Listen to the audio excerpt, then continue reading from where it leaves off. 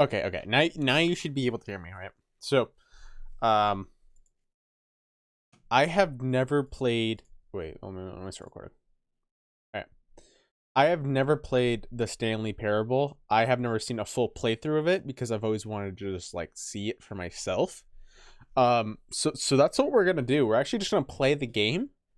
You can see that it's unplayed right here. There's no time, no achievements. I just got it. I'm dating this video a few days ago. Oh, it was a good burp. And so we're just gonna start. We're probably gonna get ears blown out. So just letting you know. Um, just be careful. I also have it on the wrong audio setting, so hopefully it'll adjust accordingly when I switch over. Okay. Let's first start off by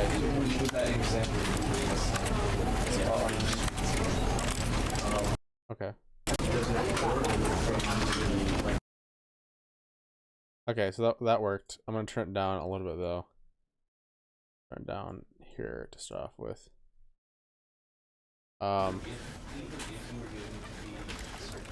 That's so weird. I don't like how it's in on itself like this. We've got the spinning cursor. We'll give it a restart real quick, just in case. I just want to make sure that we are it's working perfectly, more or less, you know. All right, welcome back. I got the achievements. Welcome back. We're gonna turn down the master volumes. We'll do.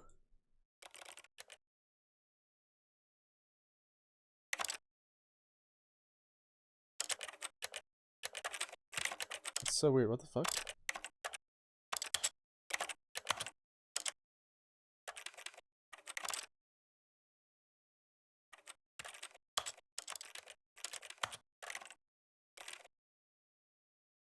Okay.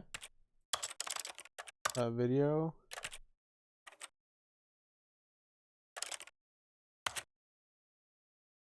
I'm going to actually try something real quick.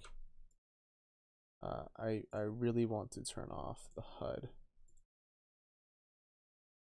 in the meantime. Okay. Turn the field of vision just a tiny bit. Okay.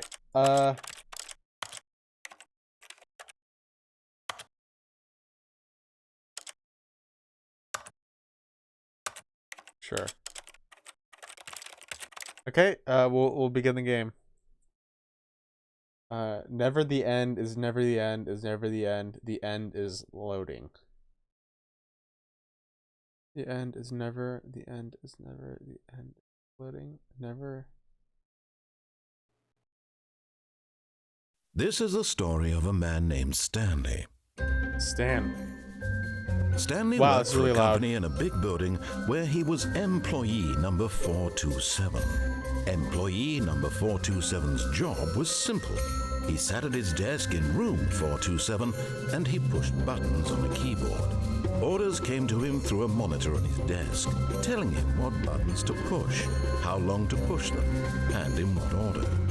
This is what employee 427 did every day of every month of every year. Every month of every year. Although others might have considered it soul-rending, Stanley relished every moment that the orders came in. Oh, what a nice guy. Made exactly for this job.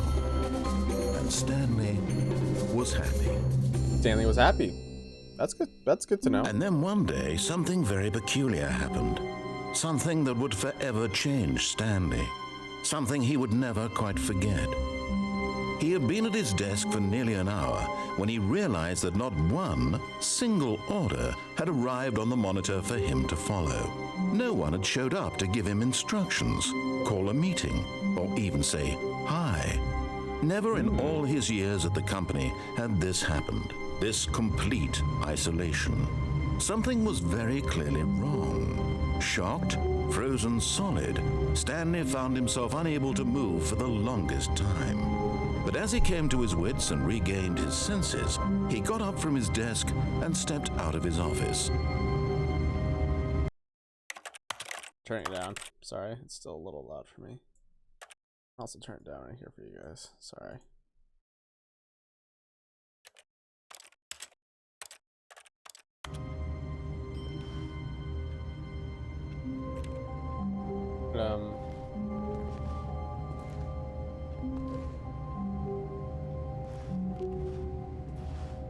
But, I don't know. We wanna. Can I hit anything on the keyboards? I'm gonna turn it down a little more. The music's still a bit loud.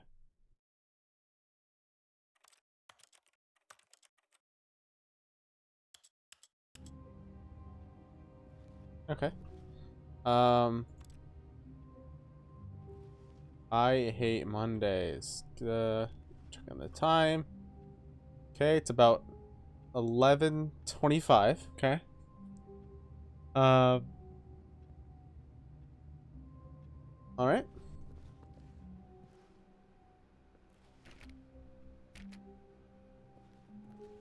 Check the other doors. All of his co-workers were gone. What could it mean? Stanley decided to go to the meeting room. Perhaps he had simply missed a memo. The meeting room. No matter how hard Stanley looked, he couldn't find a trace of his co-workers.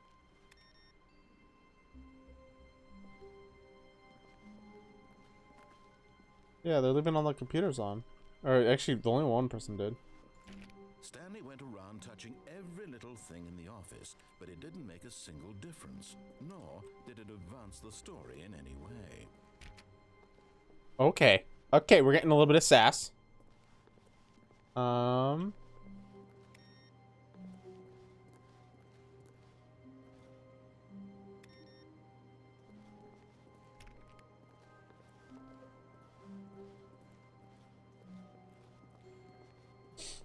Ooh.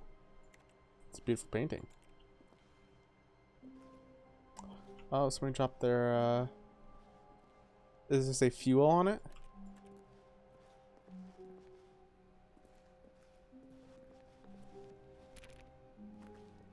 When Stanley came to a set of 2 open doors, he entered the door on his left. You said right?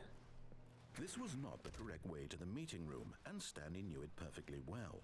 Perhaps he wanted to stop by the employee lounge first, just to admire it. Yeah, let's go to the employee lounge first. Yeah, I remember the way. I just forgot. No, I didn't forget. I just wanted to go to the employee lounge first. Yes, truly a room worth admiring. It had really been worth the detour after all, just to spend a few moments here in this immaculate, beautifully constructed room. Stanley simply stood here, drinking it all in.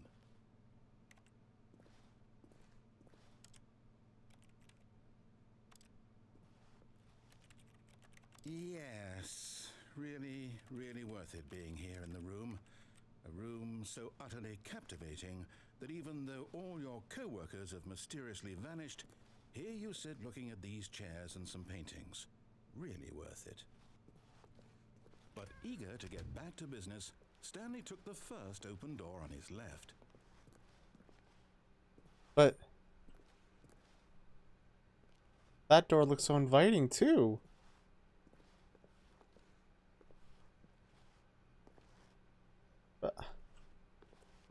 Are you sure? I mean, I just really want to sit in that chair, right? I'm just gonna sit in that chair. Just sit in that chair. Stanley was so bad at following directions, it's incredible he wasn't fired years ago. I'm just hanging out. I'm just looking around.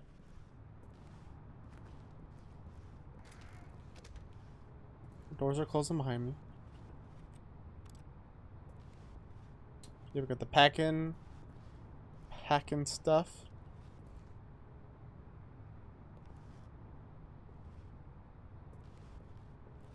You know, maybe we should just go on the lift. Look, Stanley, I think perhaps we've gotten off on the wrong foot here. I'm not your enemy, really, I'm not.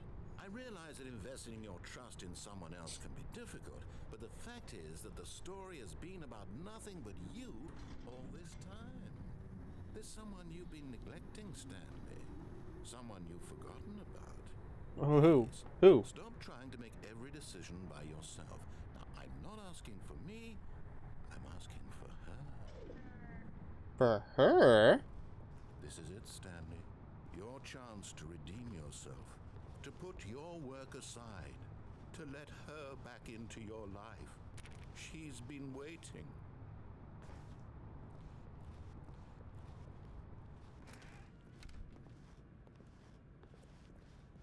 I'm terrified. Who's this? Who's this her? Oh, hello. That's her, Stanley. You need to be the one to do this. To reach out to her. If you can truly place your faith in another, then pick up the phone. As Stanley picked up the phone, a white light engulfed him, filling him not just with radiance, but with hope. Hope for a life reunited one... Wait. Oh, goodness. Stanley, did you just unplug the phone? Yeah, I did. It wasn't supposed to be a choice. How did you do that? Yeah. You actually chose incorrectly. I What? didn't even know that was possible. I Let me just- double check. I just unplugged it. The light. I thought it went to the light. Like Definitely that here cord. Thursday. Stanley picks up the phone. He's taken to his apartment where he finds his wife, and the two pledge themselves to one another. Music comes in, fade to white, roll credits. Not Huh. picking up the phone is actually somehow an incorrect course of action. How is that even possible? None of these decisions were supposed to mean anything. I don't understand. How on earth are you making meaningful choices? What did you... Wait a second. Did I just see... No, that's not possible. I can't believe it. How had I not noticed it sooner? You're not So bright. Stanley. You're a real person. I can't believe I was so mistaken. This is why you've been able to make correct and incorrect choices. And to think I've been letting you run around in this game for so long. If you'd made any more wrong choices, you might have negated it entirely. It's as though you completely ignored even the most basic safety protocol for real-world decision-making. Or did you not grasp the severity of the situation? Well, I won't have that kind of risk on my watch. I'm going to stop the game for a moment so we can educate you properly on safe decision-making in the world. Please observe this helpful instructional video. I will do so. Thank you, sir. Choice. Yeah, It's the choice. best part of being a real person. But if used incorrectly, it can also be the most dangerous. For example, in this scenario, a hypothetical real person named Stephen has a choice. He Yeah, could okay. spend years helping improve the quality of life for citizens of impoverished third world nations. Or he could systematically set fire to every orphan living in a 30-kilometer radius of his house. Which choice would you make? Remember that unlike here, the real world makes sense, and at no time should you make a choice that does not conform to rational logic. If you find yourself speaking with a person who does not make sense, in all likelihood, that person is not real. Allow the person to finish their thought, then provide an excuse why you cannot continue talking. Okay. Turn to Makes a sense. partner and practice saying, "My goodness, is it 4:30? I'm supposed to be having a back sack and crack." My goodness. Is it 4:30? I'm supposed to be having a back sack and crack. Making choices on a regular basis is the best part to a healthy decision-making process. Okay. Most medical professionals recommend making at least 8 choices per day. 8 choices a day. More than 8? Less? And finally, if you begin to wonder if your choices are actually meaningful and whether you'll ever make a significant contribution to the world, just remember that in the vast infiniteness of space, your thoughts and problems are materially insignificant, and the feeling should Okay. subside. At Okay. this time, Thank you. the instructor will guide you in an exercise to test and reinforce the material covered in this video. Good. Ah, welcome back. You may have noticed that this room has begun to deteriorate as a result of narrative contradiction. But not to worry. Now that you're properly informed on good decision-making, we're going to revisit a choice you made just a few minutes ago and see what the correct thing to do would have been. This way, please. Okay. I'll follow along. You know, we'll do the choices.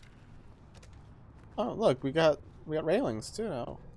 I guess I can't fall off. Choices are meaningful. We can't have you jumping off the platform and dying. Oh, I Imagine the main see. character senselessly halfway through the story. Yeah, that'd be pretty bad. It would make no sense Yeah. at all. No, I totally It's agree. to get you home as soon as possible before the narrative contradiction gets any worse. Unfortunately, it seems this place is not well equipped to deal with reality. I see, I see. Okay, well, let's just go back.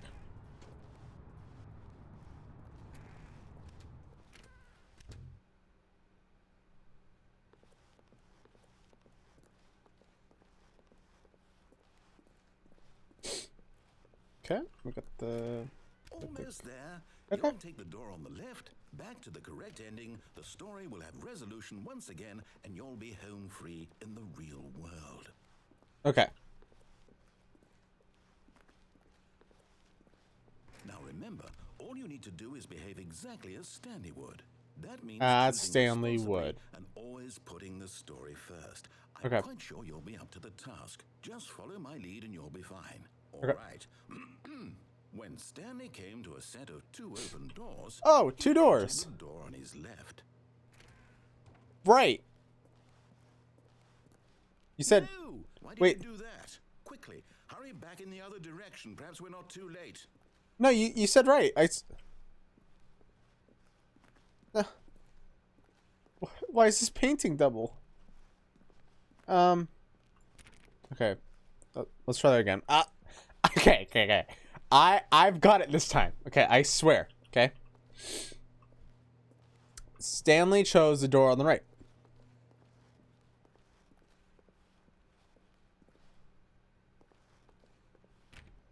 What? This doesn't seem right.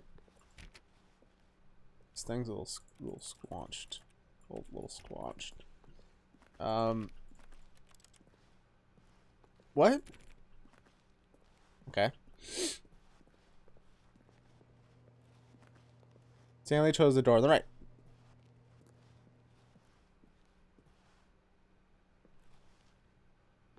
Okay.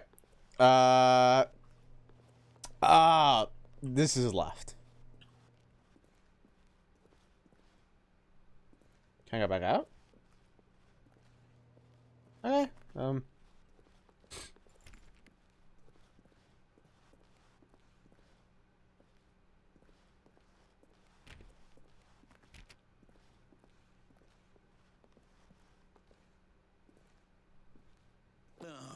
It's ruined. I can't believe, after everything we talked about, that my story, you've destroyed my work. Why? For what? What did you get out of that? What did you think was so special about seeing the game undone, left here like so much garbage? It's worthless now. And what am I supposed to do? Even if there were a way to continue, would it be worth it? To know that my story is now incorrect? How can I go back to that? I can't erase that knowledge. I'll have to live with it forever, reliving its impossibility forever. I couldn't live that way. Is it better to shut the game down entirely? To willingly destroy all of my work? I don't know. What's the answer? What do I do? What do I do? What do I... No, I have to. I have to shut the game down. I have to. I have to.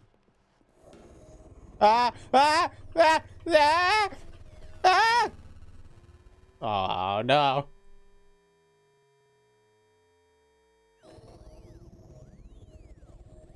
Oh. Oh. I'm here. I'm still here in this pile of rubbish. With you. You, who thought you were so clever. Now look where we are. I'm sorry. The game is destroyed. It was Sorry. the only thing in the world that was mine, and you've run it into the ground. I'm sorry, okay? It would be funny. Yes! See?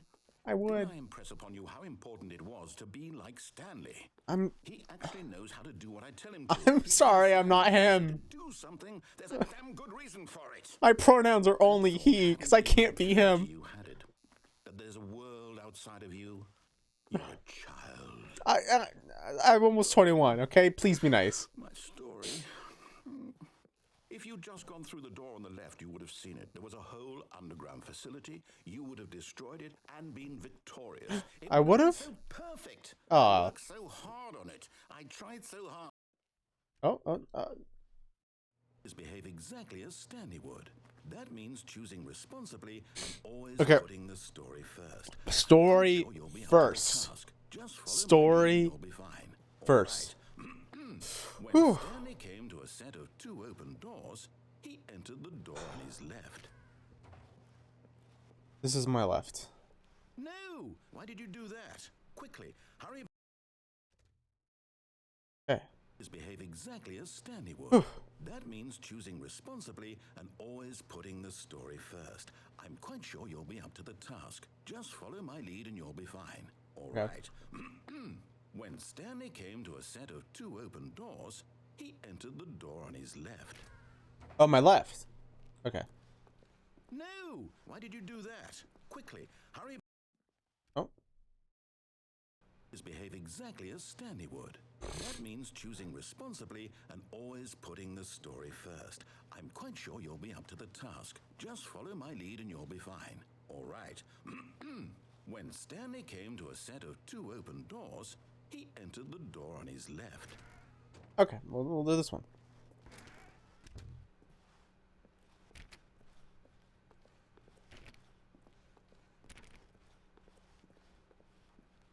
Oh, Yet look. There was not a single person here either. What? Feeling a wave of disbelief, Where did all these Stanley people go? decided to go up to his boss's office, hoping he might find an answer there. Let a ball up inside of you. Take it passive aggressive out on other coworkers. Resent coworkers for not supporting you more. Let a ball up inside you. That is a great way. Using slides to ensure every employee's everything okay. Make sure your slide has a slick blue graphic on the header. It's thus blue on all the text. This will ensure a calm and productive work environment. Everyone is unique. You most of all. Oh, this is great. This promotes positivity, uniqueness. Number of slides on the slide. Charts and slides. Rate at which charts on the same slide depicts the same information. Rate of increase on graphs per slide. Please no more charts. Please, I'm begging you. Stop. Boss appreciation minute. On your boss appreciation minute, circle the top 20 things you love most about your boss. Fill it in the triplicate and return to your boss appreciation specialist. Don't find yourself in a conflict with another digital employee like yourself, but more inclined towards yourself. Why did we hire? Remember that takes people to start a fight, and right now you're both of them. What are your dreams for the future? Football, a boat, spring break, Clearson, metamorphosis, comatose. Tips for getting fired? Not getting fired. Talk less, do unbelievably amazing work all the time, every day, with no expectation of promotion or recognition. Don't get fired. That is good advice. Okay, and we're back at the beginning. To do: synergize core value, expenditures, shift global market parade, monetize free to play. Monetize free to play. Okay. Oh, look, a broom closet.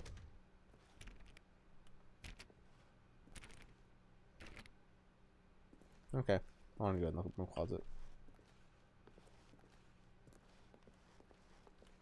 Just want to make sure the broom closet wasn't gonna open on me. Coming to a staircase, Stanley walked upstairs to his boss's office. Can't go over the rails.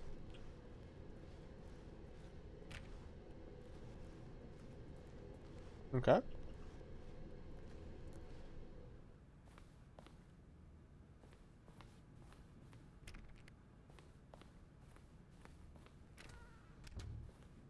Oh, is this the where the assistant would be?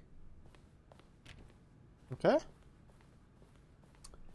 Standing inside his manager's office, Stanley was once again stunned to discover not an indication of any human life. Huh. Shocked, unraveled, Stanley wondered in disbelief who orchestrated this, until he saw the door with a voice receiver next to it. Surely behind this door lay all the answers to his questions. And beyond all probability, he knew the passcode. He had seen it on his boss's computer just last week. Night Shark 115. Was this the code to open the door?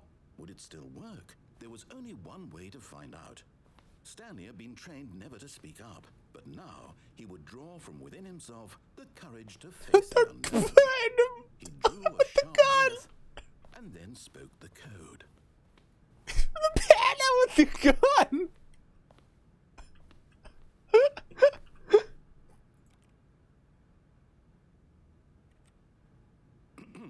Stanley spoke the code. Night Shark 115. That He was spoke it into the receiver, right there on the wall. Night Shock 115? I'm sorry, is there a problem?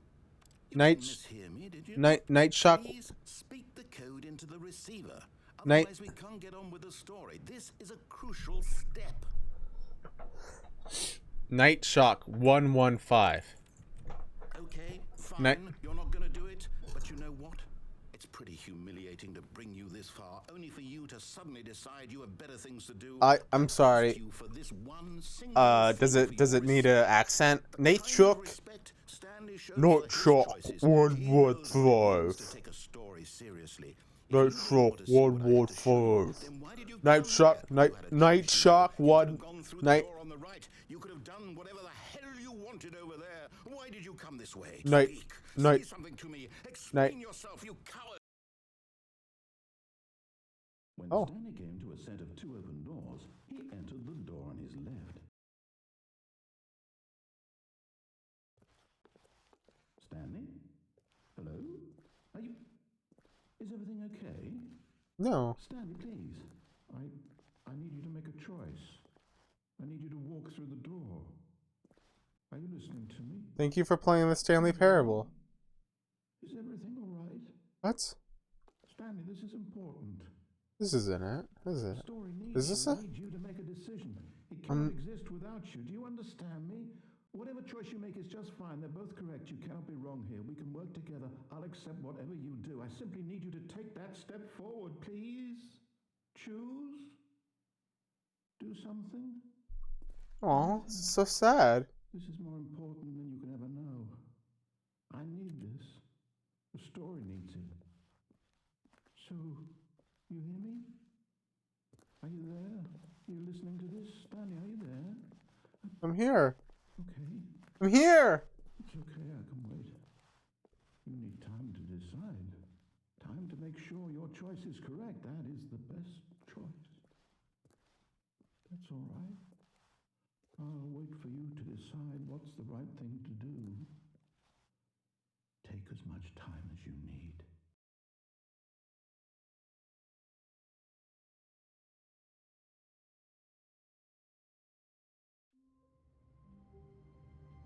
Oh, okay. I guess that was it. Now we'll be nice. Okay, now we'll do exactly as he says. Okay? Exactly as he says. All of his co-workers were gone. What could it mean? Stanley decided to go to the meeting room. Perhaps he had simply missed a memo. Well, we're on a mission. We're on a mission. He sounded so sad. We can't disappoint him anymore. When Stanley came to a set of two open doors, he entered the door on his left. The door on the left. I got it this time. I got it. I've got it. Okay, I've got it this time. Yet there was not a single person here either. Feeling a wave of disbelief, Stanley decided to go up to his boss's office, hoping he might find an answer there. Okay. Coming to a staircase, Stanley walked upstairs to his boss's office. Upstairs to the boss.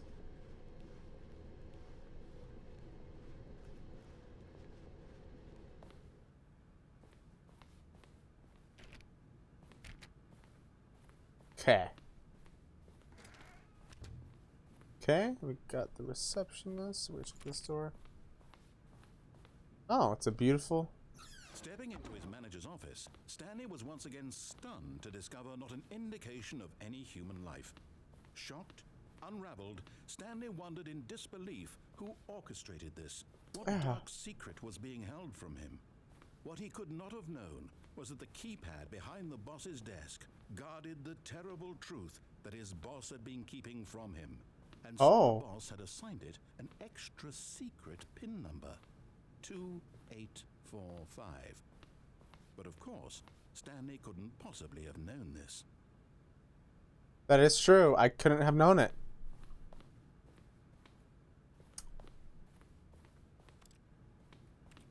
That's a weird piano. There's no way I could have known it, so... Stanley just sat around twiddling his thumbs.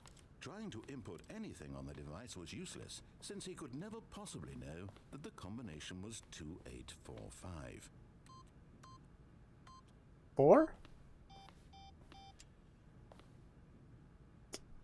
2845.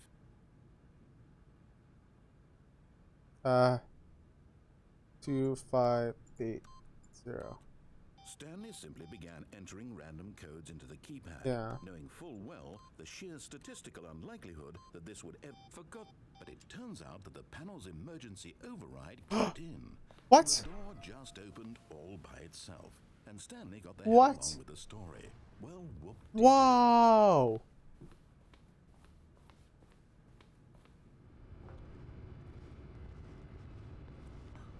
Oh.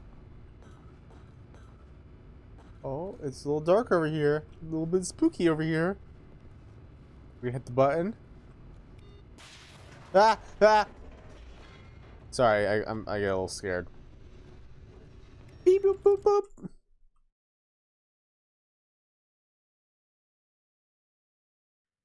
Descending deeper into the building, Stanley realized he felt a bit peculiar. It was a stirring of emotion in his chest, as though he felt more free to think for himself, to question the nature of his job. Why did he feel this now, when for years it had never occurred to him? This question would not go unanswered for long.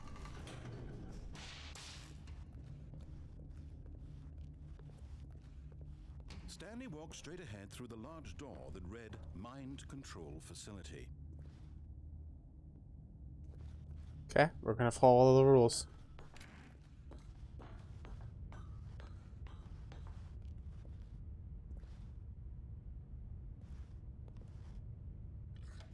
The lights rose on an enormous room packed with television screens. What horrible secret did this place hold? Stanley thought to himself. Yeah, Did he what have did the it hold? strength to find out?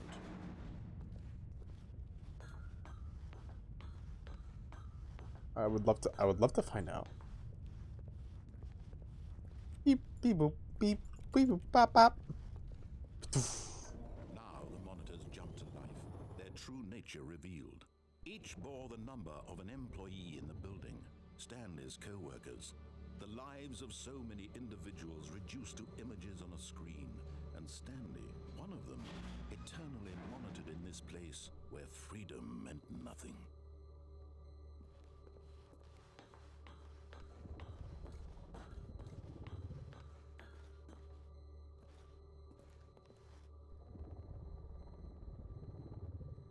What am I? 427? No, give me back the numbers. Give me back the number. I want to find mine.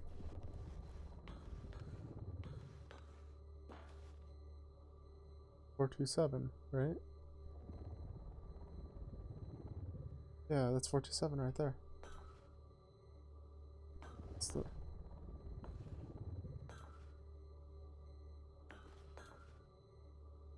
What is 601? Why is 601 fired?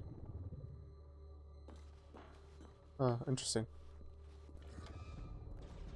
This mind control facility, it was too horrible to believe. It couldn't be true. Had Stanley really been under someone's control all this time? Was this the only reason he was happy with his boring job? That his emotions had been manipulated to accept it blindly? No. He refused to believe it. He couldn't accept it. His own I know. in someone else's control. Not happening. Never. It was unthinkable, wasn't it? Was Yes. it impossible? Had he truly spent his entire life utterly blind to the world? Yes. But here was the proof. The heart of the operation. Controls labeled with emotions. Happy or sad or content. Walking, eating, working. All of it monitored and commanded from this very place. And as the cold reality of his past began to sink in, Stanley decided that this machinery would never again exert its terrible power over another human life. For he would dismantle the controls once and for all.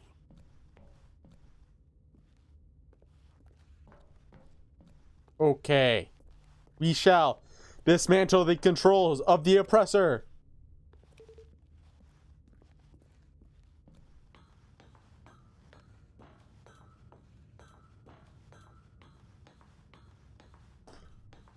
And when at last he found the source of the room's power, he knew it was his duty, his obligation, to put an end to this horrible place and to everything it stood for.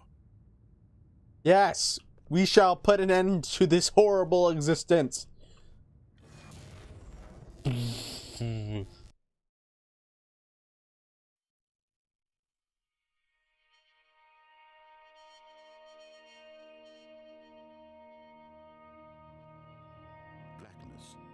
and a rising chill of uncertainty. Was it over?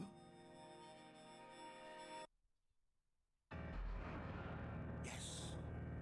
He had won. He had defeated the machine, unshackled himself from someone else's command. Freedom was mere moments away. And yet, even as the immense door slowly opened, Stanley reflected on how many puzzles still lay unsolved. Where had his co-workers gone? How had he been freed from the machine's grasp? Oh. What other mysteries did this strange building hold? But as sunlight streamed into the chamber, he realized none of this mattered to him, for it was not knowledge or even power that he had been seeking, but happiness. Perhaps his goal had not been to understand, but to let go. No longer would anyone tell him where to go, what to do, or how to feel. Whatever life he lives, it will be his. And that was all he needed to know. It was perhaps the only thing worth knowing. Stanley stepped through the open door.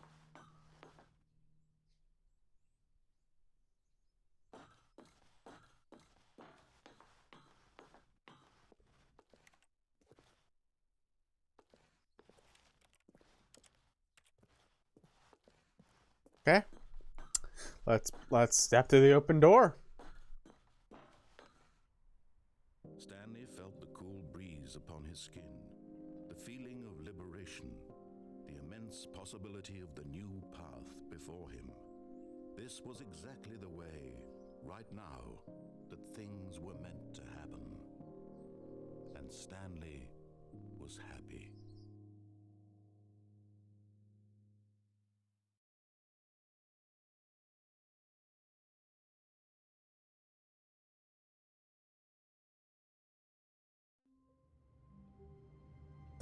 There's so many papers on the ground now. I'm actually going to quickly pop this up a little bit.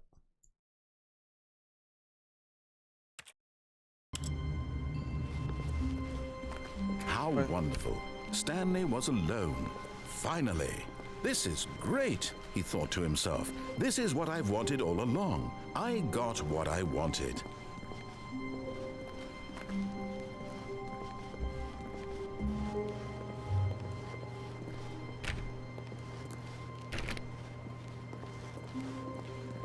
I am finally by myself. This is exactly what I wanted. When Stanley came to a set of 2 open doors, he entered the door on his left. I want to call my wife. This was not the correct way to the meeting room, and Stanley knew it perfectly well. Perhaps he wanted to stop by the employee lounge first, just to admire it. Wow, yes, employee lounge. this room. But eager to get back to business, Stanley took the first open door on his left. No. Wife time. Stanley was so bad at following directions, it's incredible he wasn't fired years ago. Now time to go on the lift.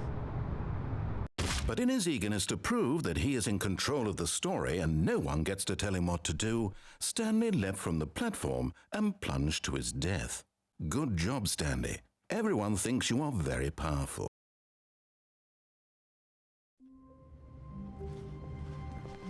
Stanley had never seen the office this brightly lit. Was it a sign of something? He hoped it was. He hoped very much that it was.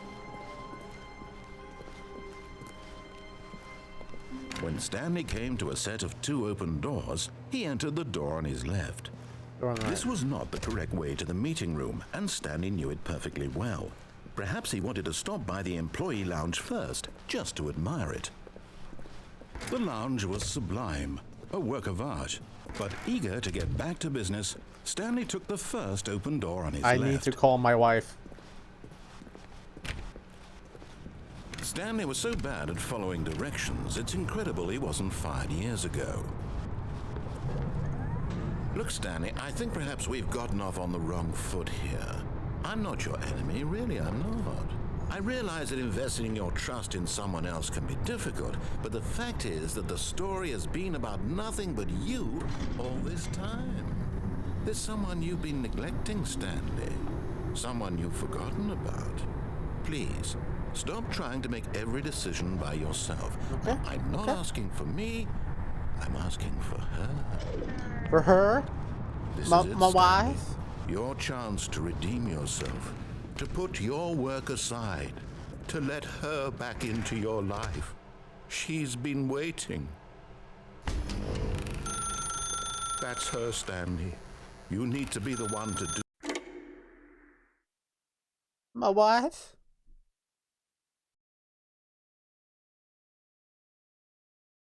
Oh, Stanley, is that you? Yeah. Hold on, sweetie. Sorry to keep you waiting. My I'm wife. just pulling the bread out of the oven. All right. Okay, there we go. All right, now, I want you to come in and tell me all about your day. No! My wife! Gotcha. Oh, come on. Did you actually think you had a loving wife who'd want to commit their life to you? I'm trying to make a point here, Stanley. I'm trying to get you to see something. Come inside. Let me show you what's really going on here. No! No! This is a very sad story about the death of a man named Stanley. Warning, employee 47, press E on your keyboard. No! I won't kill myself! Ah!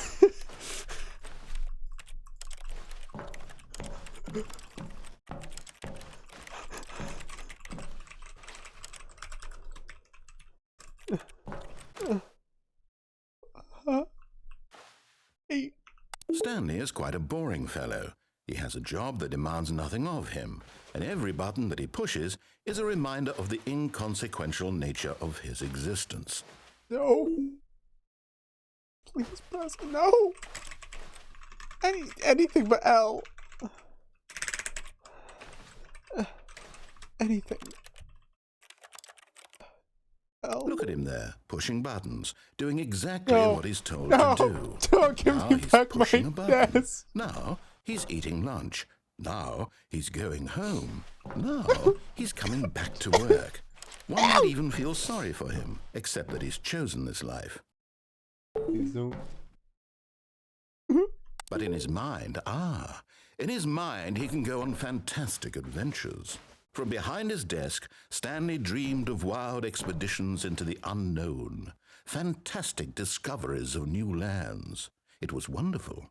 And each day that he returned to work was a reminder that none of it would ever happen to him. Please press 7 to watch TV. And so he began to fantasize about his own job.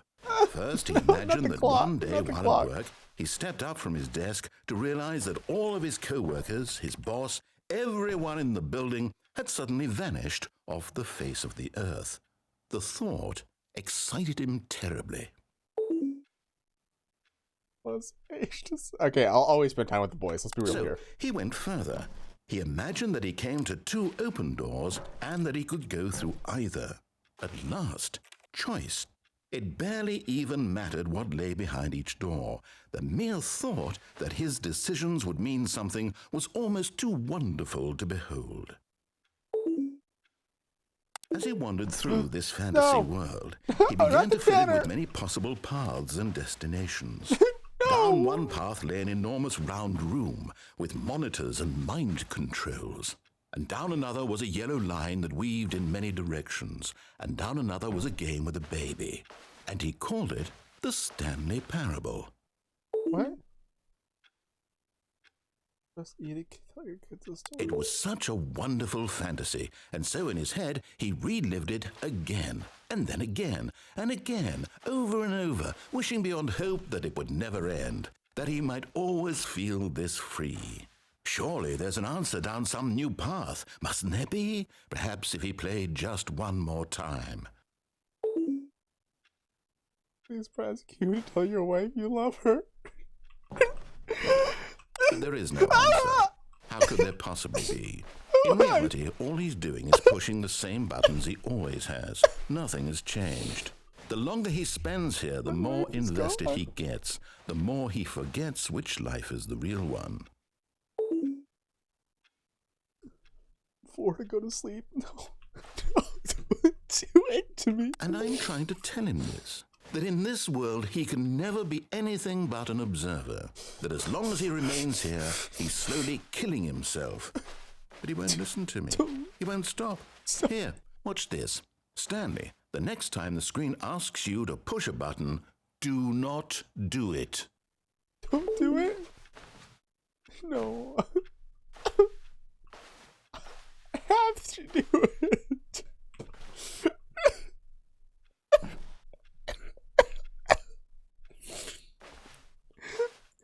No, I don't want to do it.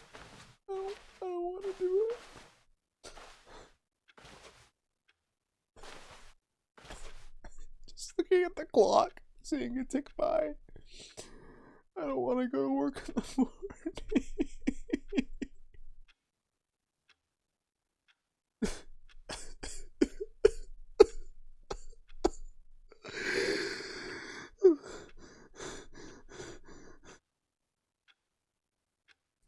Why is the clock ticking not synchronized with the actual motion of the clock? I don't like it. I don't like it at all. You see? Can he just not hear me? How can I tell him in a way that he'll understand that every second he remains here, he's electing to kill himself? How can I get him to see what I see? How can I make him look at himself? Don't question nothing. I suppose I can't. Not in the way I want him to. But I don't make the rules. I simply play to my intended purpose, the same as Stanley. We're not so different, I suppose. I'll try once more to convey all this to him. I'm compelled to. I must. Perhaps, well, maybe this time he'll see. Maybe this time. And I tried again. Please don't. And Stanley pushed a button. And I tried again. And Stanley pushed a button. And I tried.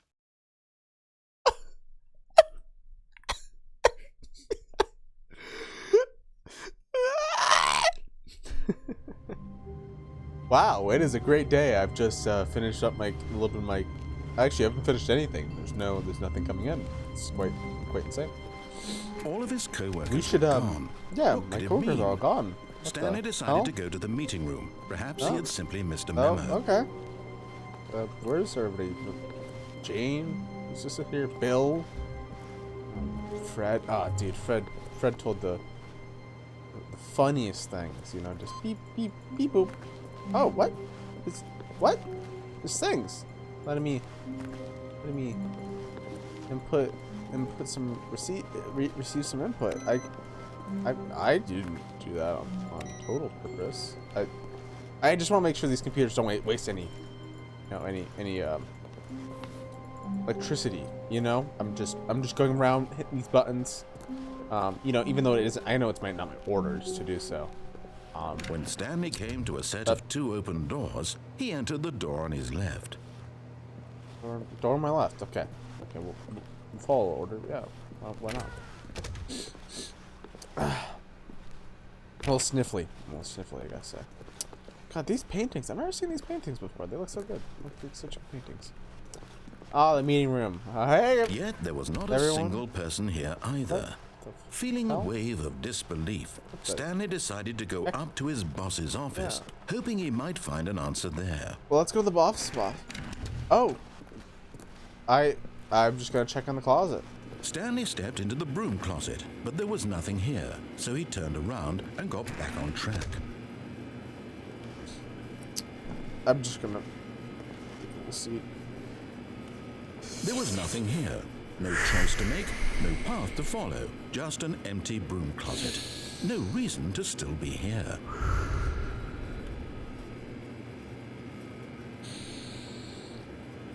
It was baffling that Stanley was still just sitting in the broom closet.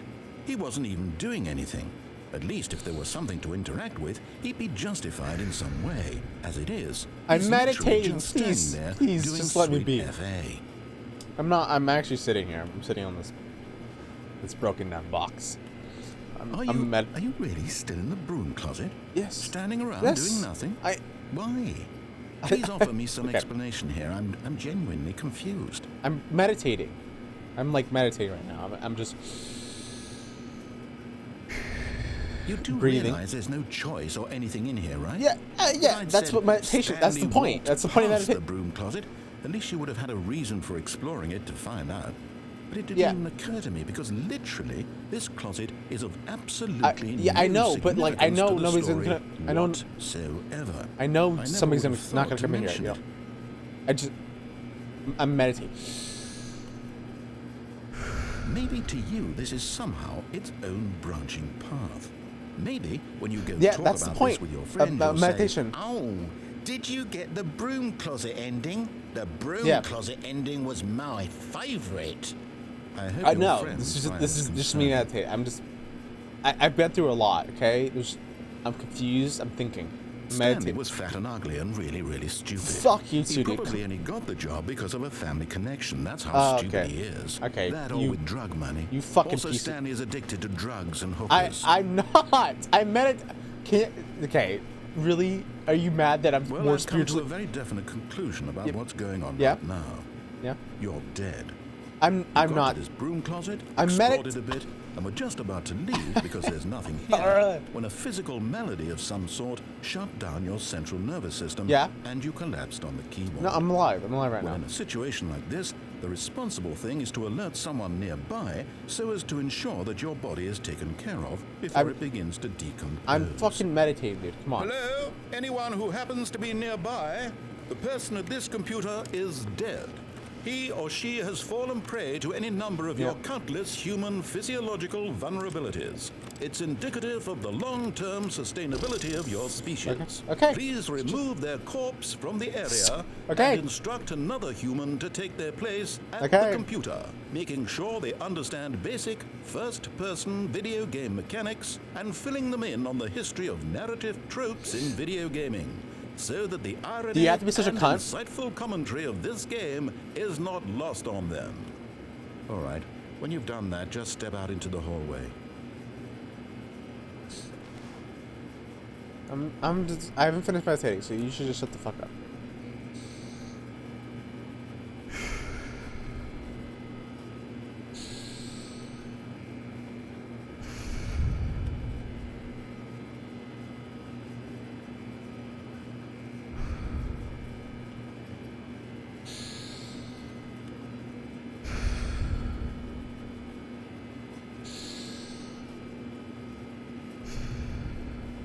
Okay, now I feel rejuvenated. Ah, second player. It's good to have you on board.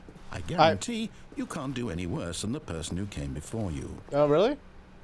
Okay. Coming to a staircase, Stanley walked upstairs to his boss's office. No, I'm going downstairs. Fuck you, man.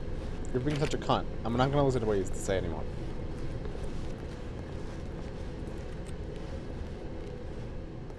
Oh, ooh, But Stanley nice car. just couldn't do it. He considered the possibility of facing his boss, admitting he had left his post during work hours. He might be fired for that. And in such a competitive economy, why had he taken that risk? All because he believed everyone had vanished? His boss would think he was crazy. And Why is then the car something on? occurred to Stanley. Maybe, he thought to himself, maybe I am crazy. All of my co-workers blinking mysteriously out of existence in a single moment for no reason at all. None of it made any logical sense. And as Stanley pondered this, he began to make other strange observations. For example, why couldn't he see his feet when he looked down? Why did doors close automatically behind him wherever he went? And for that matter, these rooms were starting to look pretty familiar. Were they simply repeating? No, Stanley said to himself, this is all too strange. This can't be real. And at last, he came to the conclusion that had been on the tip of his tongue. He just hadn't found the words for it. "I'm dreaming!" he yelled. "This is all a dream." Oh, what a relief Stanley felt to have finally found an answer, an explanation. His co-workers weren't actually gone. He wasn't going to lose his job. He wasn't crazy after all. And he thought to himself, I suppose I'll wake up soon. I'll have to go back to my boring real-life job pushing buttons. I may as well enjoy this while I'm still lucid. So he imagined himself flying and began to gently float above the ground. Yes. Then he imagined himself soaring through space on a magical starfield, and it too appeared. It was so much fun, and Stanley marveled that he had still not woken up. How was he remaining so lucid? And then perhaps the strangest question of them all entered Stanley's head. One he was amazed he hadn't asked himself sooner. Why is there a voice in my head dictating everything that I'm doing and thinking? Yeah. Now the voice was describing itself being considered by Stanley, who found it particularly strange. Yeah, what? I'm What the dreaming fuck? about a voice describing me, thinking about how it's describing my thoughts, he thought. And while he thought it all very odd and wondered if this voice spoke to all people in their dreams, the truth was that, of course, this was not a dream. How could it be?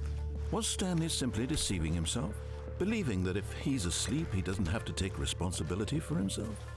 Stanley is as awake right now as he's ever been in his life. Now, hearing the voice speak these words was quite a shock to Stanley. After all, he knew for certain, beyond a doubt, that this was in fact a dream. Did the voice not see him float and make the magical stars just a moment ago? How else would the voice explain all that? This voice was a part of himself too. Surely, if he could just... He would prove it. He would prove that he was in control, that this was a dream. So he closed his eyes gently, and he invited himself to wake up.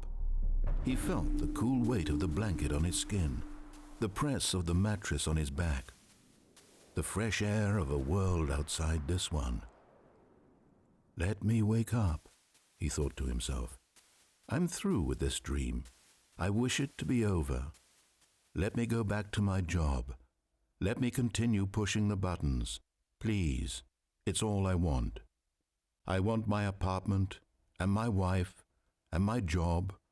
All I want is my life exactly the way it's always been. My life is normal. I am normal. Mm-hmm. Everything will be fine. Yes. I am okay. Oh, that's so good. Yeah, it literally just... Oh, we're back where we were. Stanley began screaming. Please, someone, wake me up. My name is Stanley. I have a boss. I have an office. I am real. Please, just someone tell me I am real. I must be real. I must be. Can anyone hear my voice? Who am I? Who am I? Shit, this is fucking terrifying. Black. Oh? This is the story of a woman named Mariella. What? Mariella woke up on a day like any other. She arose, got dressed, gathered her belongings, and walked to her place of work. But on this particular day, her walk was interrupted by the body of a man who had stumbled through town talking and screaming to himself, and then collapsed dead on the sidewalk. And although she would soon turn to go call for an ambulance, for just a few brief moments, she considered the strange man. He was obviously crazy. This much she knew. Everyone knows what crazy people look like. And in that moment, she thought to herself how lucky she was to be normal. I am sane. I am in control of my mind. I know what is real and what isn't. It was comforting to think this, and in a certain way, seeing this man made her feel better. But then she remembered the meeting she had scheduled for that day, the very important people whose impressions of her would affect her career, and by extension, the rest of her life. She had no time for this, so it was only a moment that she stood there, staring down at the body. And then she turned and ran. Jesus Christ.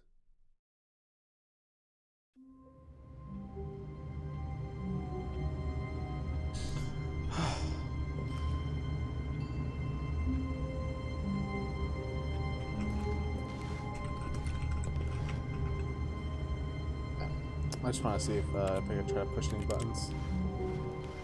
All of his co-workers were gone. What could it mean? Stanley decided to go to the meeting room. Perhaps he had simply missed a memo. I need to check computers as I walk by, for sure. When Stanley came to a set of 2 open doors, he entered the door on his left.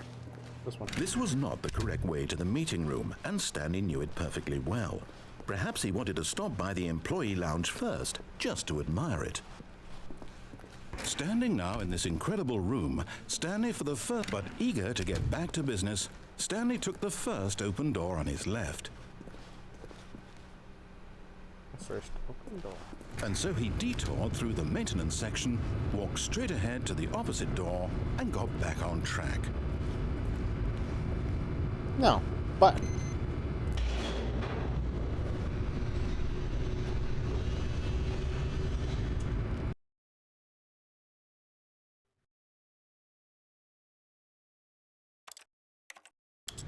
But Stanley didn't want to go back to the office. He wanted to wander about and get even further off track. So now in order to get back, he needed to go, from here it's, left.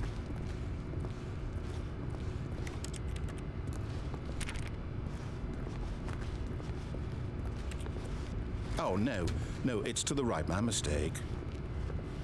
No, not the right. Why would I have ever said it was to the right? What was I thinking? It's clearly... Oh dear, would you hold on for a minute, please?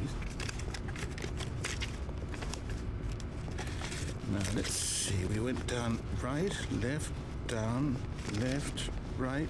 Yep, okay, yes. I've got it now. This story is absolutely, definitely this way.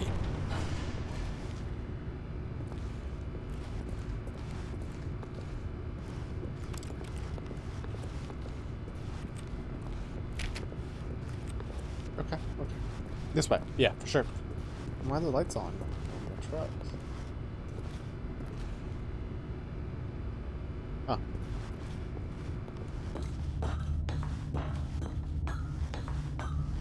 No. This isn't right at all. You're not supposed to be here yet. This is all a spoiler. Quick, Stanley, close your eyes. Okay. We just have to get back to, oh, who am I kidding? It's all rubbish now. The whole story completely unusable. How about, rather than waste my time trying to salvage this nonsense, we'll just restart the game from the beginning.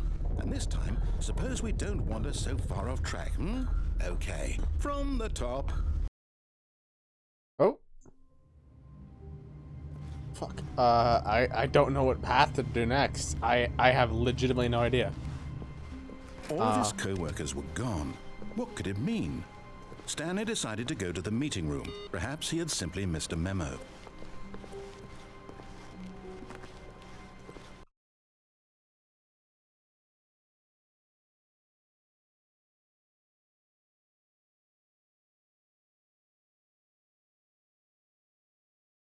Click on door 430.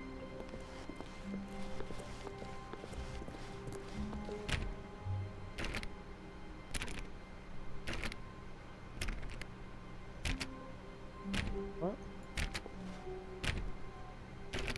It's not working.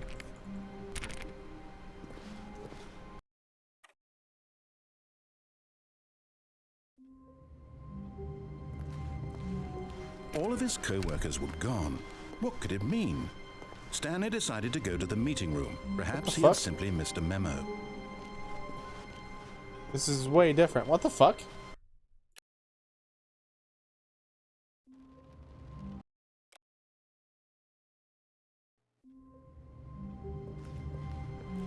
All of his co-workers were gone. What could it mean? Stanley decided to go to the meeting room. Oh, please. Are you really just doing this for the achievement? Click a door 5 times. Is that all that you think an achievement is worth? No. I can't just give these merits away for such little effort. A measly 5 clicks. Now suppose you were to click the door 20 times. I would say that's the kind of effort that warrants recognition. Yeah.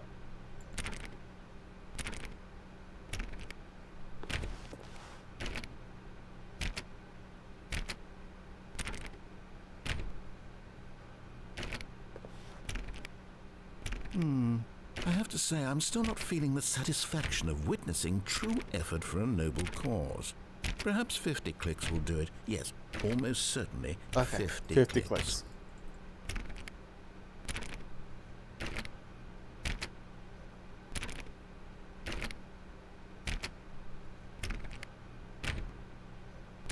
No, I'm still not feeling it. I want this achievement to have meant something. It has to be a true reward for valiant effort. I want to see some hustle, Stanley. I want to see commitment, a willingness to go all the way, no matter what the cost. Why don't you go put 20 clicks into door number 417? 417?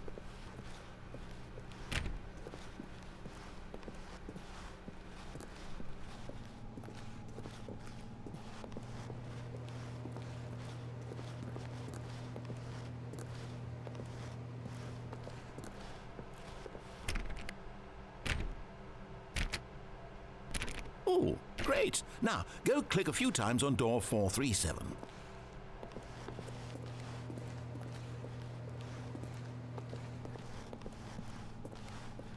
Oh, wow.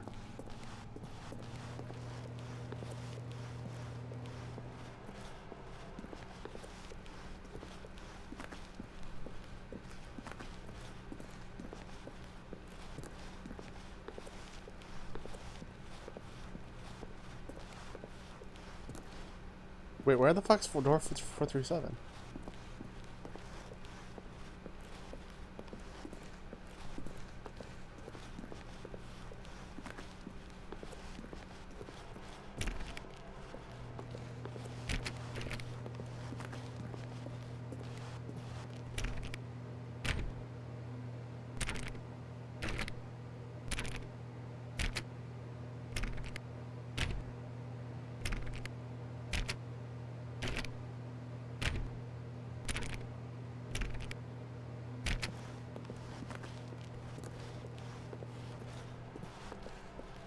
I'm assuming I'm gonna have to go to the left door, maybe? Or was it? Because, yeah, I just was at 417, right? Because he said 437.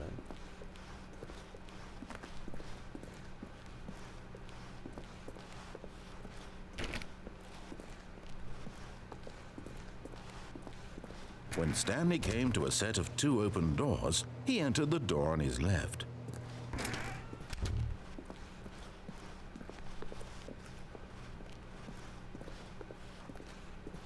Yet there was not a single person here either.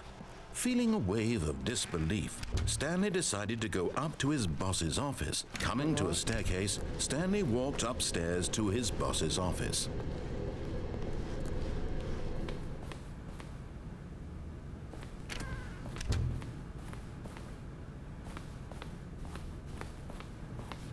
Stepping into his manager's office, Stanley was once again stunned to discover not an indication of any human life. What could it mean? Stanley wondered aloud to nobody. He began wildly tearing through papers on the boss's desk, pulling books off the shelf, looking behind paintings, desperate for clues to his situation. But his attention was caught by a keypad behind the boss's desk. What could its purpose be? In fact, this keypad guarded the terrible secret that lay buried below his feet. And so the boss had assigned it an extra secret PIN number, 2845. But of course, Stanley couldn't possibly have known this. Yet incredibly, by simply pushing random buttons on the keypad, Stanley happened to input the correct code by sheer luck. Amazing. He stepped into the newly opened passageway.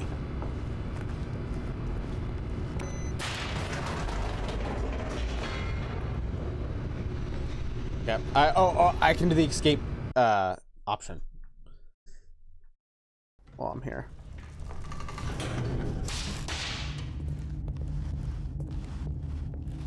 Stanley walked straight ahead through the large door that read Mind Control Facility. Although this passageway had the word escape written on it, the truth was that at the end of this hall, Stanley would meet his violent death. Good. Good. Kill me. Kill me. Do it. The door behind him was not shut. Stanley still had every opportunity to turn around and get back on track. Kill me. At this point, Stanley was making a conscious, concerted effort to walk forward and willingly confront his death.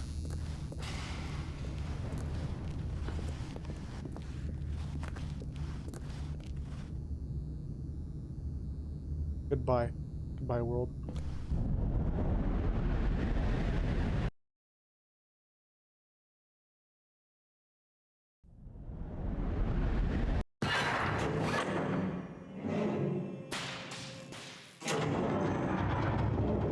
As the machine whirred into motion and Stanley was inched closer and closer to his demise, he reflected that his life had been of no consequence whatsoever. Stanley can't see the bigger picture. He doesn't know the real story, trapped forever in his narrow vision of what this world is. Perhaps his death was of no great loss, like plucking the eyeballs from a blind man. So he resigned and willingly accepted this violent end to his brief and shallow life. Farewell, Stanley.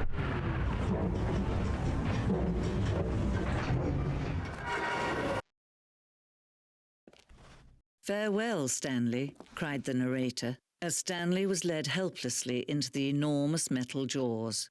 In a single visceral instant, Stanley was obliterated as the machine crushed every bone in his body, killing him instantly.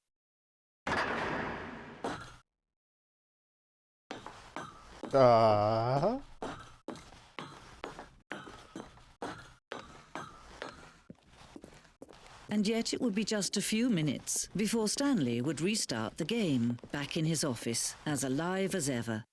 What exactly did the narrator think he was going to accomplish?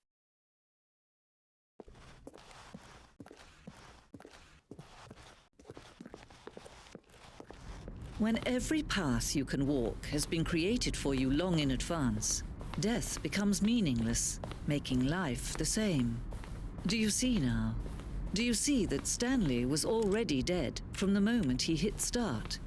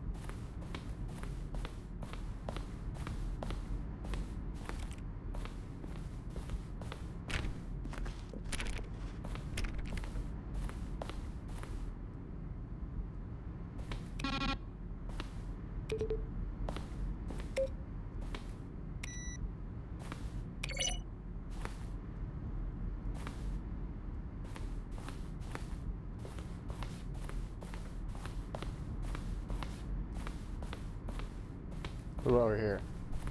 Because if it's 437, then I'm in luck.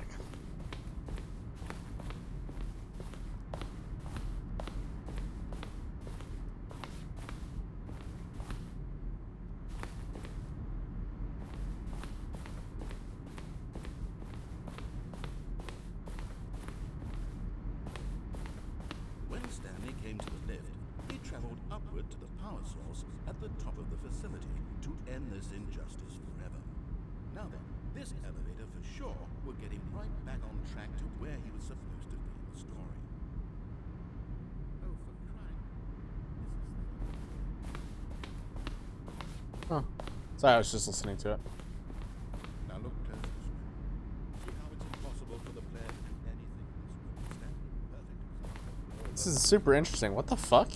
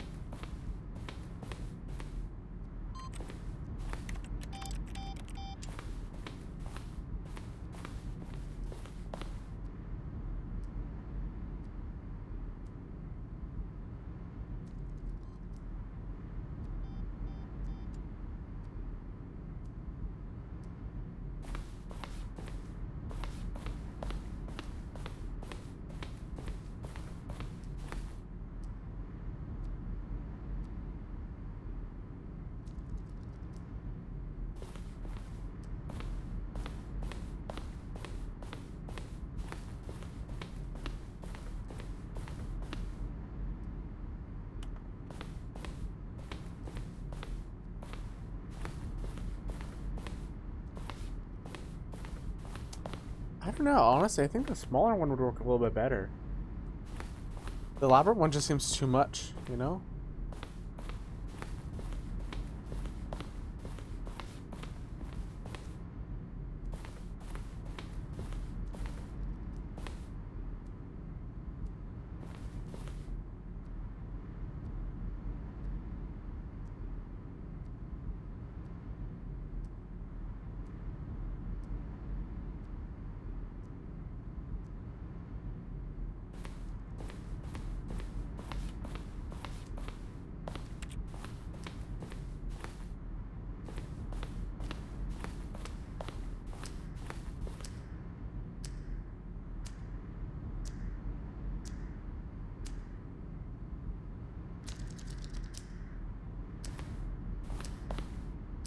Does this mean that I've gotten most of the endings?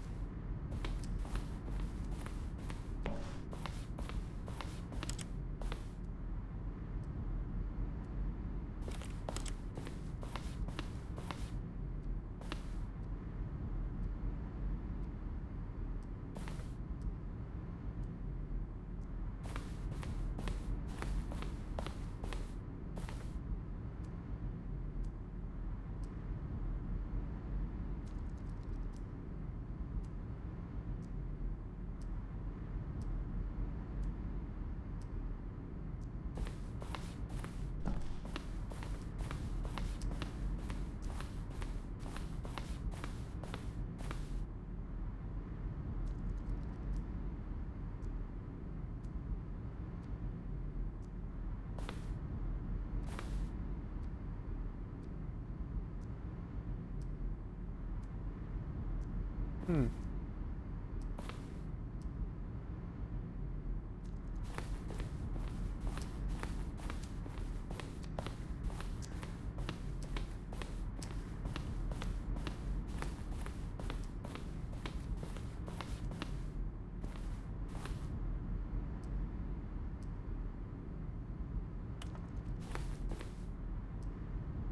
Will Stanley help help me make friends? I don't have any friends. Saul L. Terry. Well, the thing I want to know is, what would you do if Stanley entered any other rooms?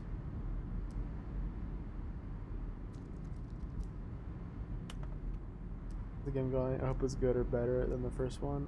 From a cool man. Are these real? These don't even seem real, they seem fake. Are you? Question. What the fuck?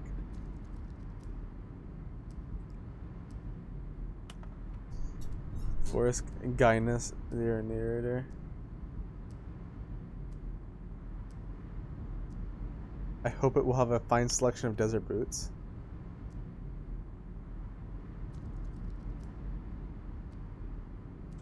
A print screen of that. Hell yes, $15.95.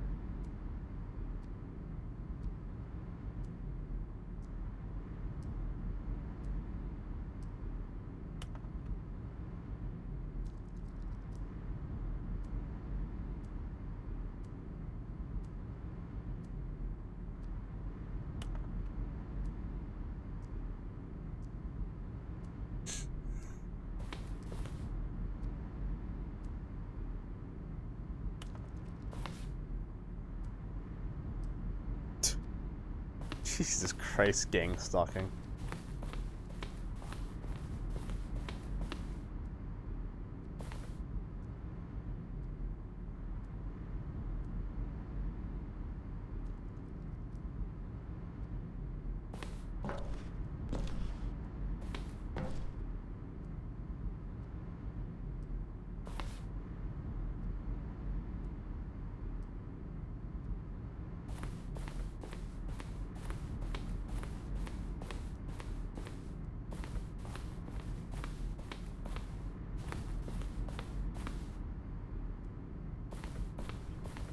Okay, I guess I searched everything.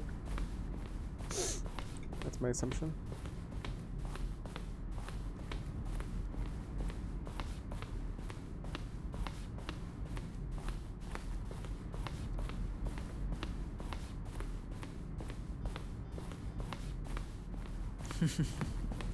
Oh, look at these two. How they wish to destroy one another. How they wish to control one another. How they both wish to be free. Oh gosh. Oh gosh. Can you see? Can you see how much they need one another? No, perhaps not. Sometimes these things cannot be seen. But listen to me. You can still save these two. You can stop the program before they both fail. Push escape and press quit. There's no other way to beat this game. As long as you move forward, you'll be walking someone else's path. Stop now and it'll be your only true choice. Whatever you do, choose it. Don't let time choose for you. Don't let time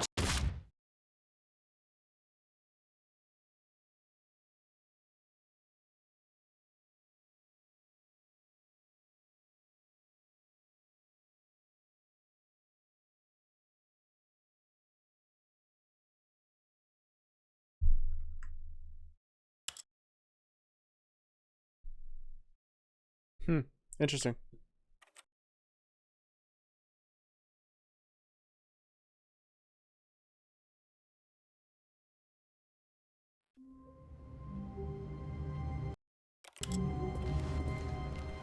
All of his co-workers were gone.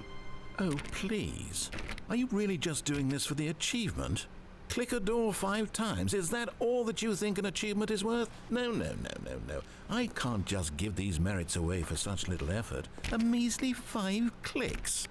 Now suppose you were to click the door 20 times. Okay. I would say I think I that's the have kind of milked effort that all the warrants possible recognition. achievements without looking them up. So I'm gonna stop recording. I'm gonna still keep streaming though, of course.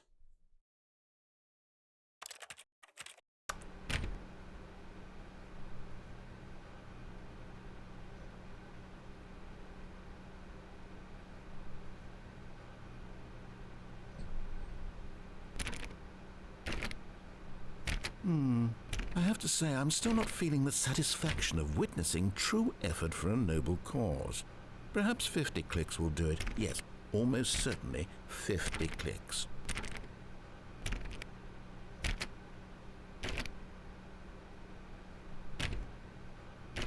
Good clicks.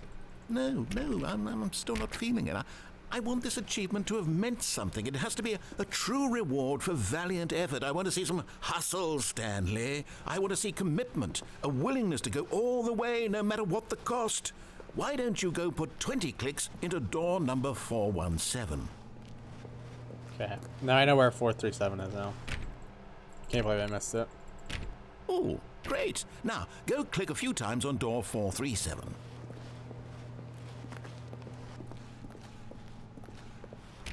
Excellent. I think we're getting somewhere. Now, door 415. Let's give it 10 clicks or so.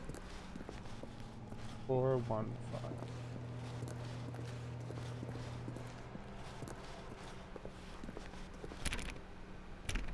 Now, back to door number 437.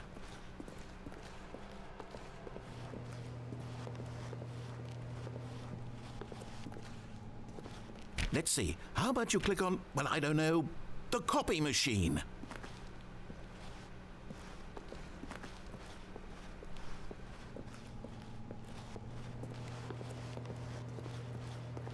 Where the fuck's the copy machine?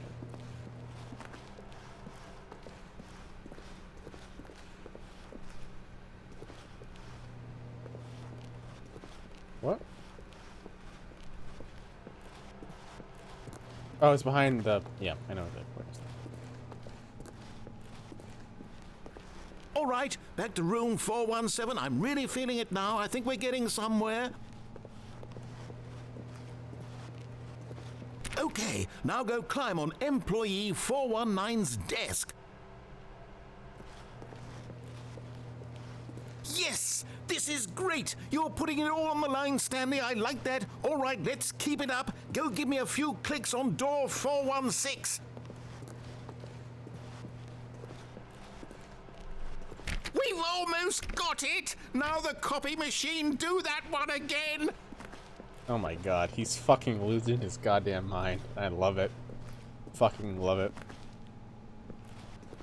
Finish it off, Stanley! 5 clicks on door 430! Yes! We did it! Oh, wow. That felt amazing. Oh, you really earned it, Stanley. Nothing could have hold you back. Yes, I'm very proud of how far we've come today. Just think, only a few minutes ago you believed an achievement was worth 5 little clicks. Really now, what were you thinking? Okay.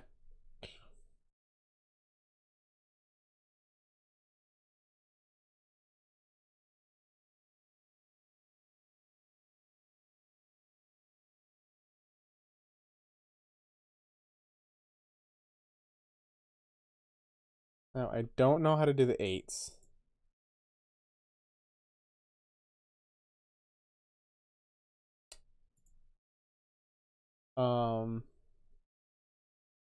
Let's try the speed run.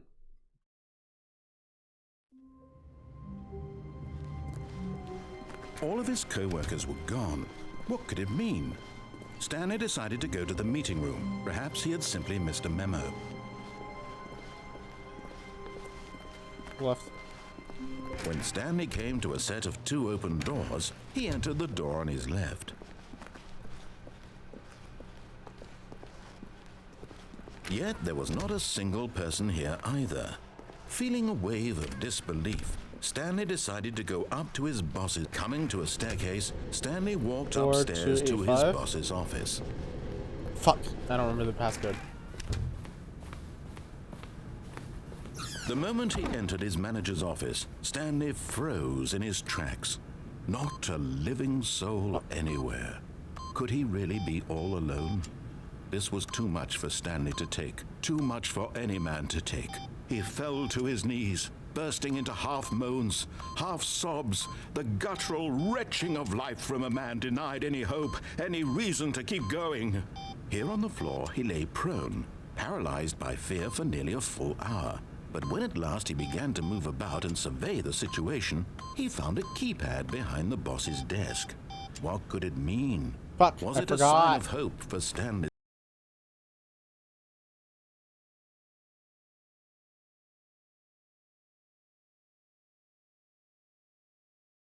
future? Alas, it was not.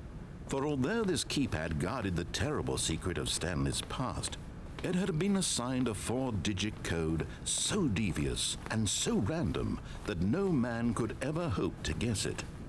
2845. Statistically, 2845. nearly Okay. 2845.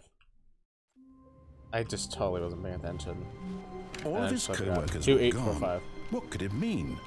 Stanley decided to go to the meeting room. Perhaps he had simply missed a memo.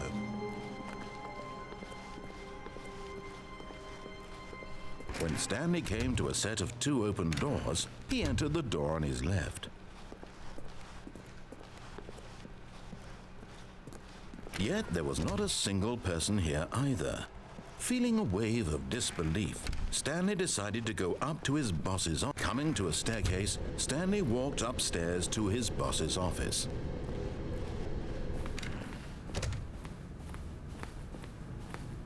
Stepping into his manager's office, Stanley was once again stunned to discover not an indication of any. Stanley was in such a rush to get through the story as quickly as possible, he didn't even have a single minute to just let the narrator talk.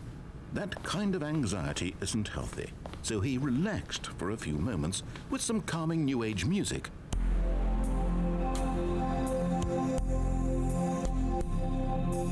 Oh my god, no way. Is this the worst way to go? Because then you don't let him speak, then he's gonna fucking blast you with music in your attempts to speedrun. Feeling soothed and rejuvenated, Stanley calmly walked forward into the opened passageway.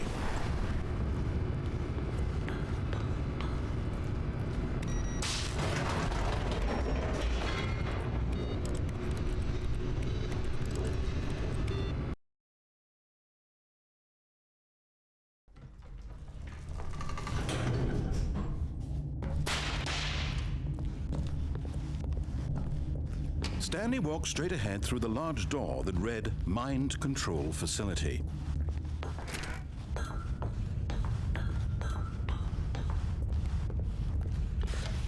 lights rose on an enormous room packed with television screens. What horrible secret did this place hold? Stanley thought to himself. Did he have the strength to find out?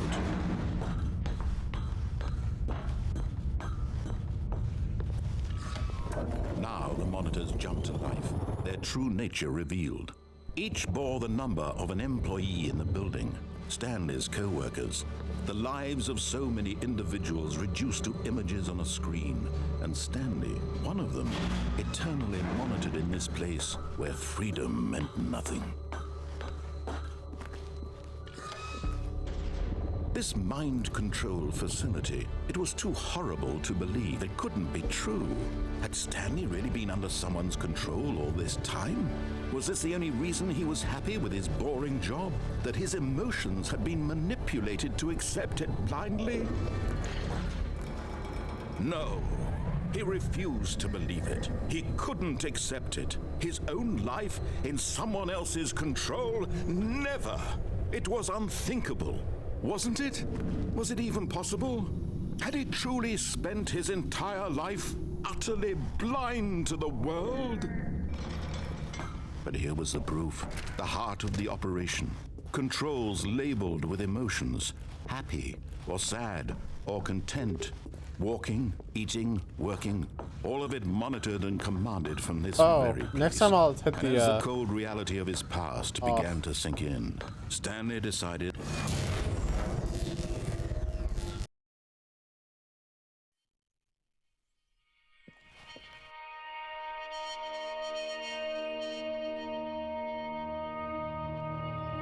blackness and a rising chill of uncertainty.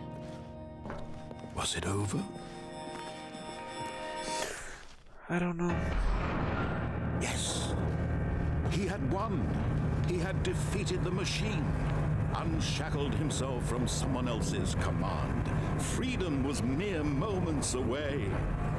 And yet, even as the immense door slowly opened, Stanley reflected on how many puzzles still lay unsolved. Where had his co-workers gone? How had he been freed from the machine's grasp?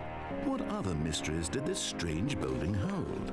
But as sunlight streamed into the chamber, he realized none of this mattered to him, for it was not knowledge or even power that he had been seeking, but happiness. Perhaps his goal had not been to understand, but to let go.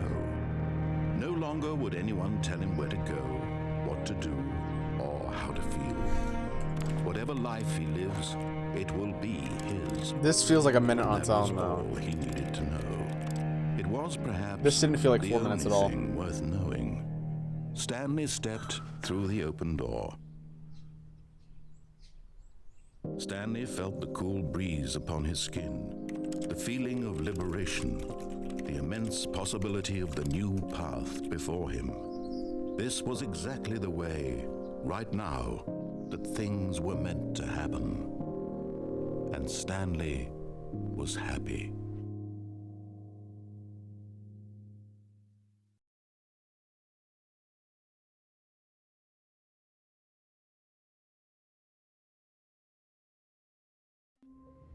Yeah, that wasn't...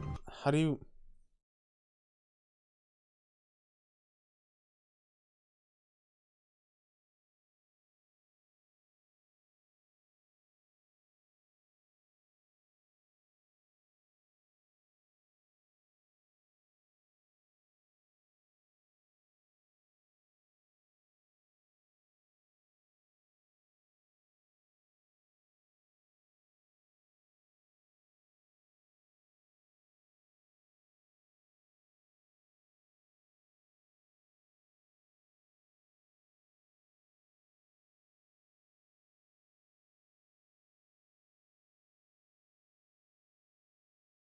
I play The Office again and enter the code on the keyboard before the narrator says the code. Pause and restart. Play back to The Office. Wait for the door to open. And restart again.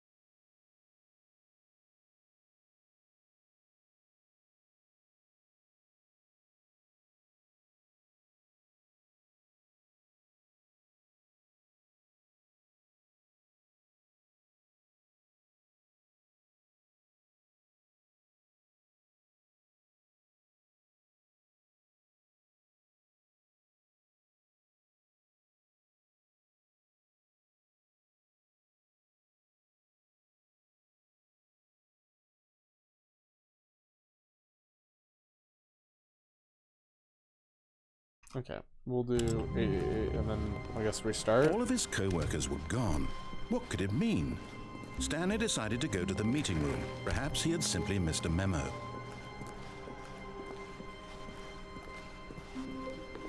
When Stanley came to a set of 2 open doors, he entered the door on his left.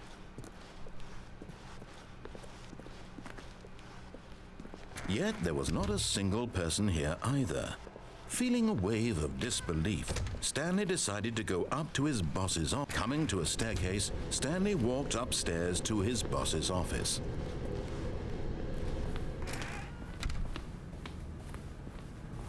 Okay, I think we all know the drill by now. Blah, blah, blah. Dark secrets, the keypad. Stanley pushes some buttons. Oh, hey, look, it's a new passageway. Quelle surprise.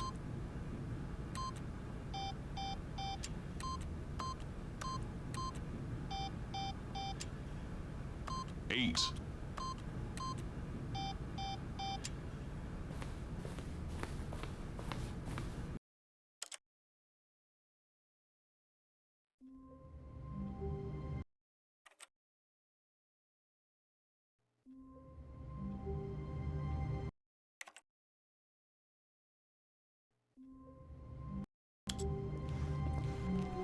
All of his co-workers were gone.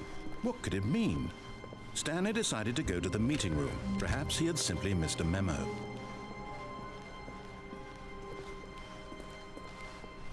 When Stanley came to a set of 2 open doors, he entered the door on his left.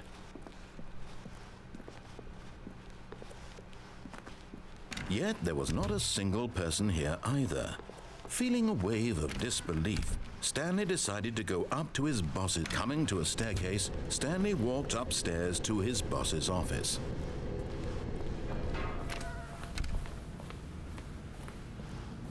Here's the door, just go. Sweet.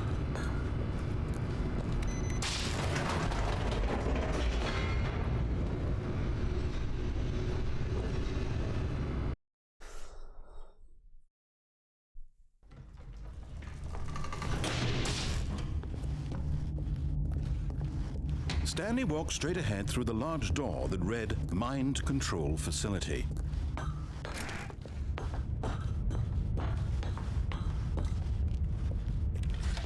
The lights rose on an enormous room packed with television screens. What horrible secret did this place hold? Stanley thought to himself.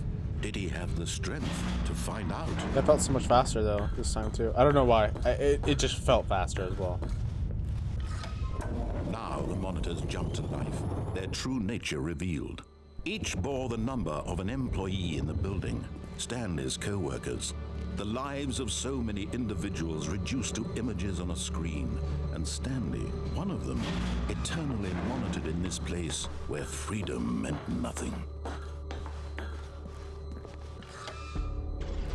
This mind control facility, it was too horrible to believe. It couldn't be true. Had Stanley really been under someone's control all this time? Was this the only reason he was happy with his boring job? That his emotions had been manipulated to accept it blindly? No. He refused to believe it. He couldn't accept it. His own life in someone else's control? Never. It was unthinkable. Wasn't it? Was it even possible? Had he truly spent his entire life utterly blind to the world? But here was the proof. The heart of the operation. Controls labeled with emotions. Happy or sad or content. Walking, let's turn it on. Eating, working. All of it monitored and commanded from this very place. And as the cold reality of his past began to sink in, Stanley decided that this machinery would... Oh, Stanley, you didn't just activate the controls, did you? After they kept you enslaved all these years, you go and you try to take control of the machine for yourself. Is that what you wanted? Control? Yes. Yes. Oh, Stanley, I applaud your effort, I really do.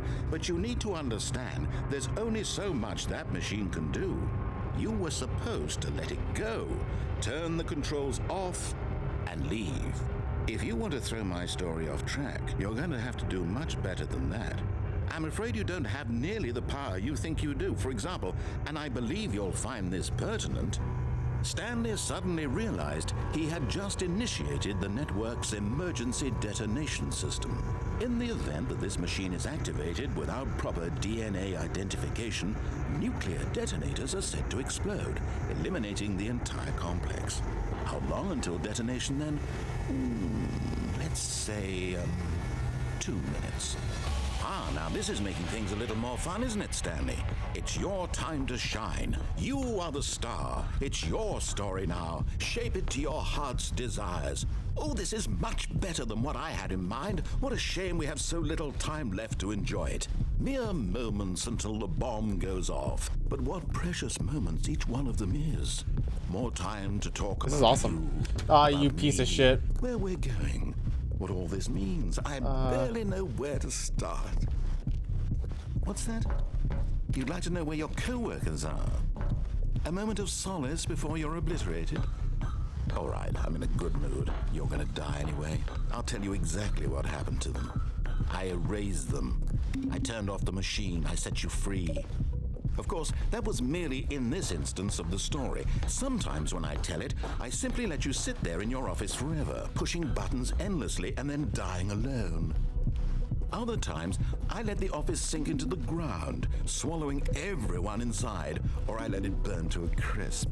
I have to say this, though, this version of events has been rather amusing. Watching you try to make sense of everything and take back the control wrested away from you, it's quite rich. I almost hate to see it go. But I'm sure whatever I come up with on the next go-around will be even better. My goodness, only 34 seconds left. But I'm enjoying this so much. You know what? To hell with it. I'm going to put some extra time on the clock. Why not? These are precious additional seconds, Stanley. Time doesn't grow on trees. Oh dear me, what's the matter, Stanley? Is it that you have no idea where you're going or what you're supposed to be doing right now? Or did you just assume when you saw that timer that something in this room was capable of turning it off? I mean, look at you. Running from button to button, screen to screen, Shut up, on bitch! every little thing in this room. These numbered buttons, no, these colored ones, or maybe this big red button, or this door. Everything, anything, something here will save me. Why would you think that, Stanley? That this video game can be beaten? Won? Solved? Do you have any idea what your purpose in this place is? Stanley, you're in for quite a disappointment. But here's a spoiler for you. That timer isn't a catalyst to keep the action moving along. It's just seconds ticking away to your death. You're only still playing instead of watching a cutscene because I want to watch you for every moment that you're powerless, to see you made humble. This is not a challenge, it's a tragedy. You wanted to control this world, that's fine. But I'm going to destroy it first, so you can't. Take a look at the clock, Stanley. That's 30 seconds you have left to struggle. 30 seconds until a big boom and then nothing. No ending here, just you being blown to pieces. Will you cling desperately to your frail life, or will you let it go peacefully? Another choice. Make it count, or don't. It's all the same to me, all a part of the joke. And believe me, I will be laughing at every second of your inevitable life from the moment we fade in until the moment I say, happily ever up. Fuck, okay. I was actually trying really hard. I didn't know if anything was gonna really happen.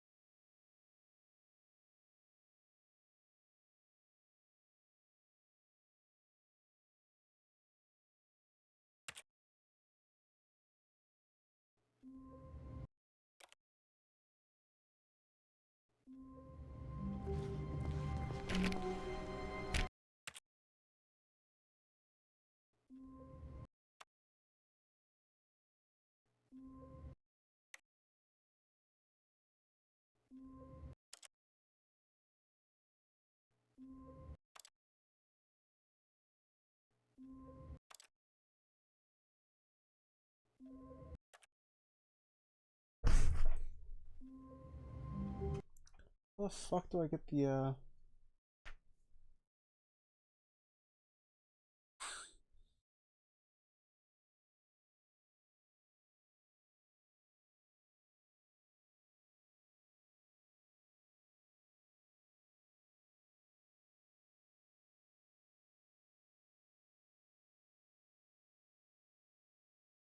weird. If I did the 5 years achievement, it'd be 2026.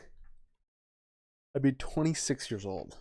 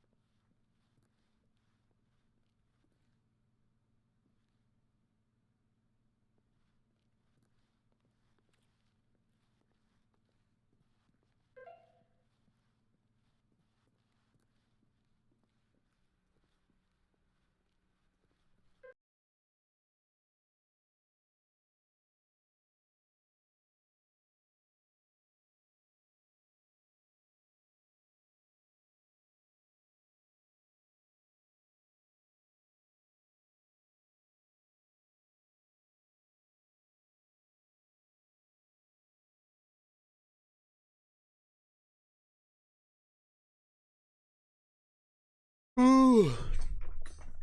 Okay.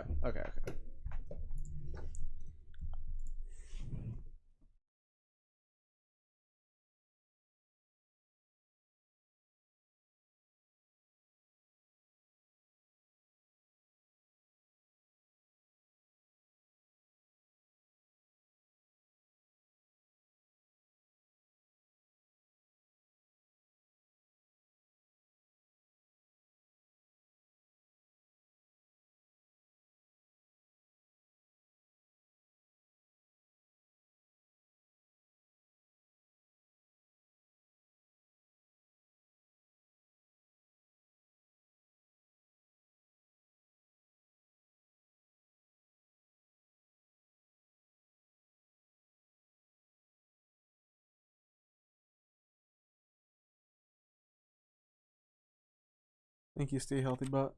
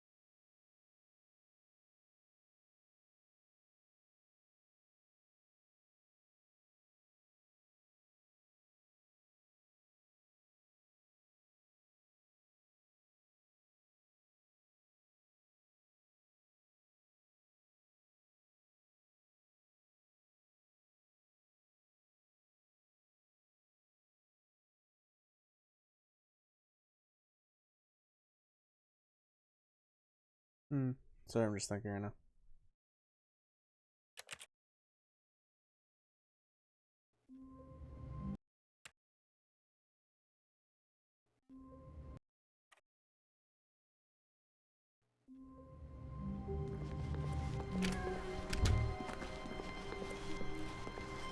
When Stanley came to a set of 2 open doors, he entered the door on his left. Yet there was not a single person here either. Feeling a wave of disbelief, Stanley decided to go up to his boss's office. Coming to a staircase, Stanley walked upstairs to his boss's office.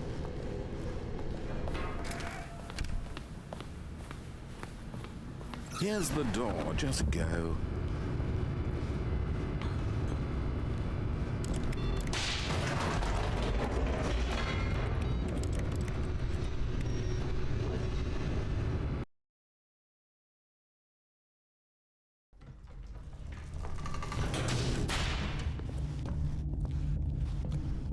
Stanley walked straight ahead through the large door that read Mind Control Facility.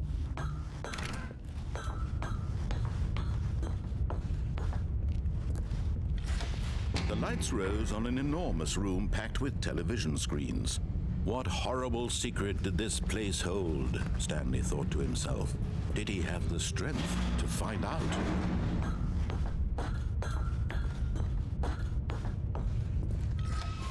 Now the monitors jumped to life, their true nature revealed. Each bore the number of an employee in the building, Stanley's co-workers.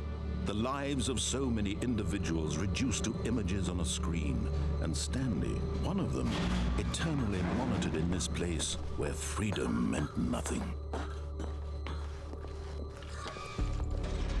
This mind control facility, it was too horrible to believe. It couldn't be true. Had Stanley really been under someone's control all this time? Was this the only reason he was happy with his boring job? That his emotions had been manipulated to accept it blindly? No. He refused to believe it. He couldn't accept it. His own life in someone else's control? Never! It was unthinkable. Wasn't it? Was it even possible? Had he truly spent his entire life utterly blind to the world? But here was the proof, the heart of the operation. Controls labeled with emotions, happy or sad or content. Walking, eating, working, all of it monitored and commanded from this very place. And as the cold reality of his past began to sink in, Stanley decided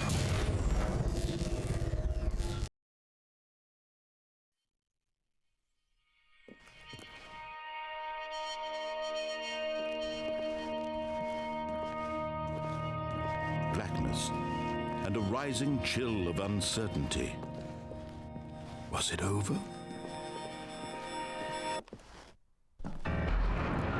Yes. He had won. He had defeated the machine, unshackled himself from someone else's command. Freedom was mere moments away. And yet, even as the immense door slowly opened, Stanley reflected on how many puzzles still lay unsolved. Where had his co-workers gone? How had he been freed from the machine's grasp? What other mysteries did this strange building hold? But as sunlight streamed into the chamber, he realized none of this mattered to him. For it was not knowledge or even power that he had been seeking, but happiness. Perhaps his goal had not been to understand, but to let go. No longer would anyone tell him where to go, what to do, or how to feel. Whatever life he lives, it will be his. And that was all he needed to know. It was perhaps the only thing worth knowing. Stanley stepped through the open door. Stanley felt actually we the did cool it. breeze upon his skin, the feeling of liberation, the immense possibility of the new Great job, path me. before him.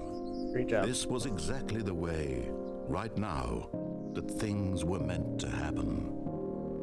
And Stanley was happy.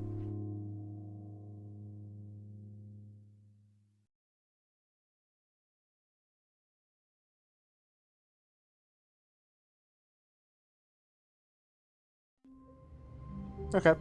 So now I have actually I want to see about all the other endings that I can do.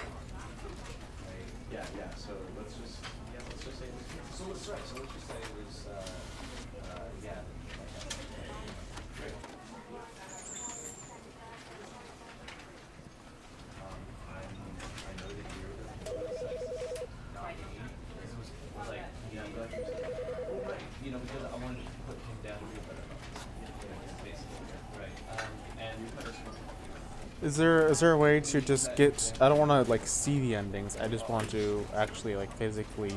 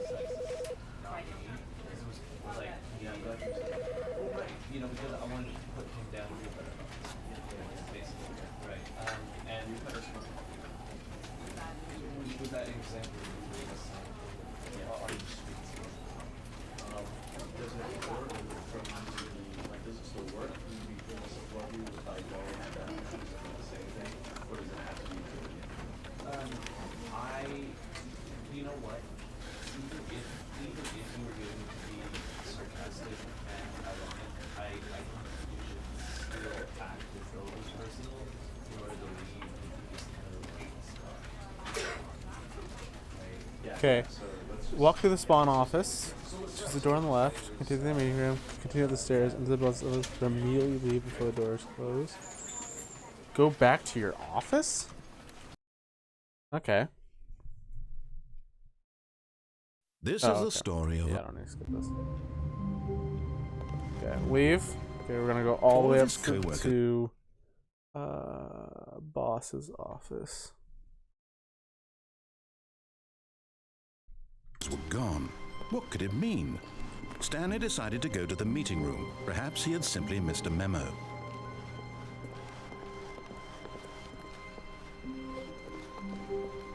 When Stanley came to a set of 2 open doors, he entered the door on his left.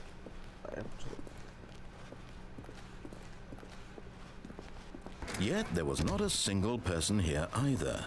Feeling a wave of disbelief, Stanley decided to go up to his boss's office. Coming to a staircase, Stanley walked upstairs to his boss's office.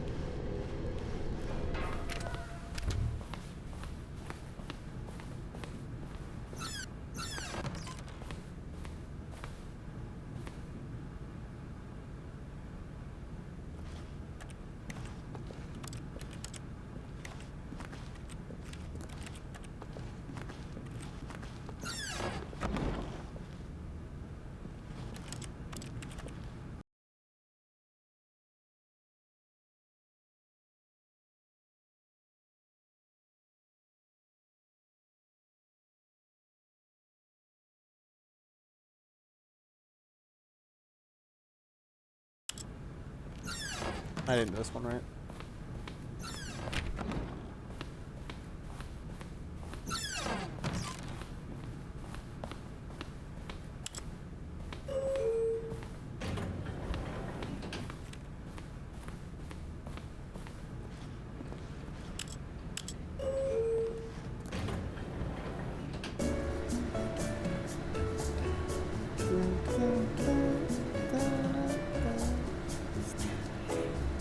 Oh, what the fuck?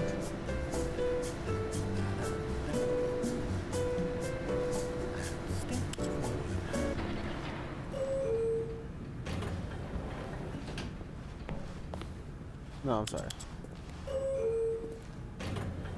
Sorry.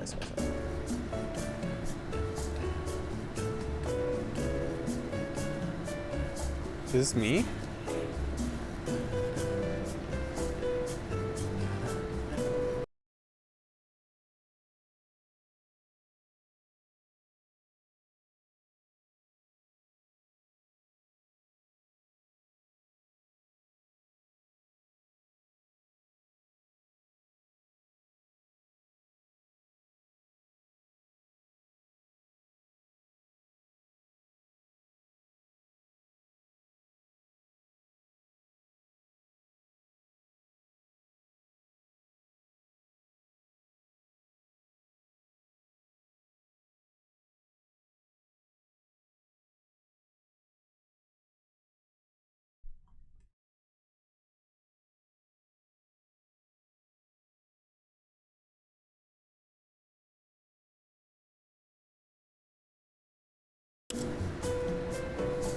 Uh,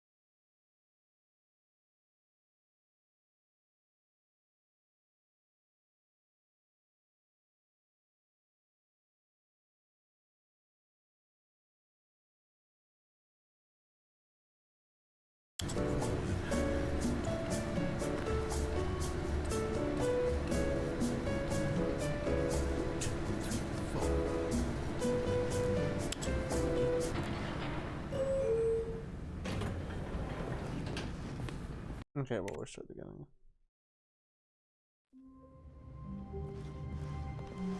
All of his co-workers were gone. What could it mean? Stanley decided to go to the meeting room. Perhaps he had simply missed a memo. So go up to the boss's office, step When in, Stanley and then came to a leave. set of 2 open doors, he entered the door on his left.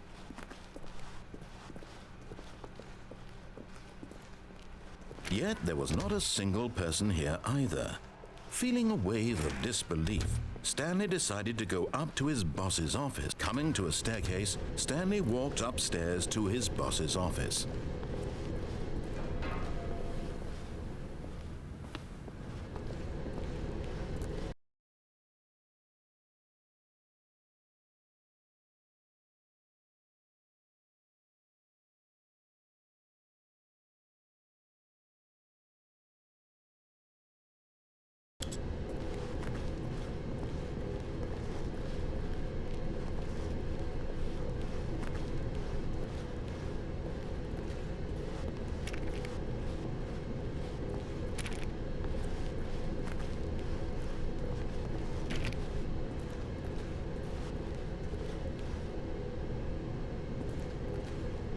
I'm confused with this one, honestly. I don't understand what it wants me to do exactly. Let's just escape pod ending Stanley Parable.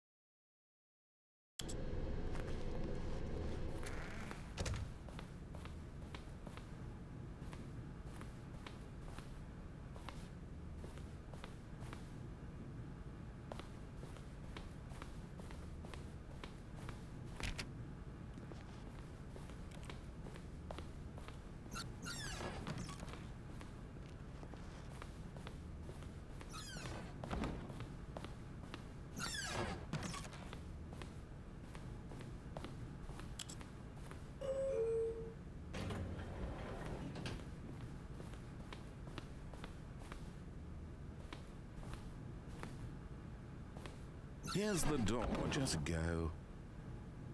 I don't. What am I missing then?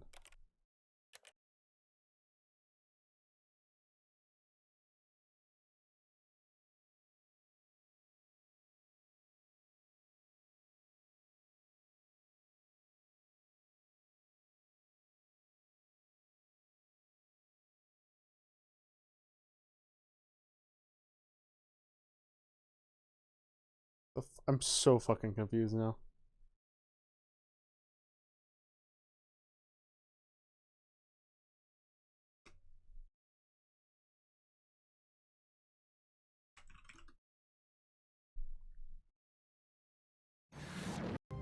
Started.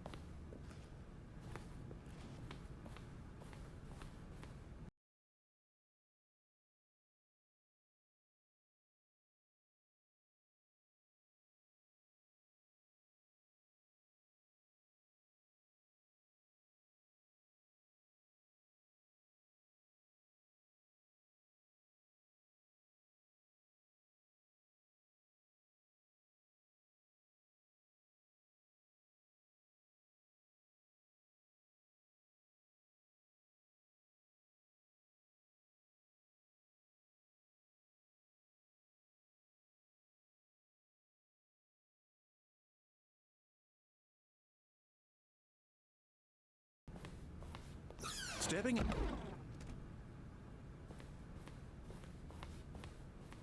Okay, let me try.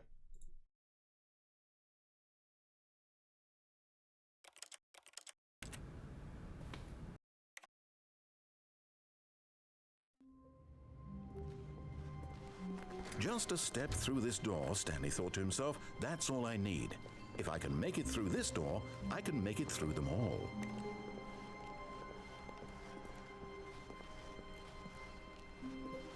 When Stanley came to a set of 2 open doors, he entered the door on his left.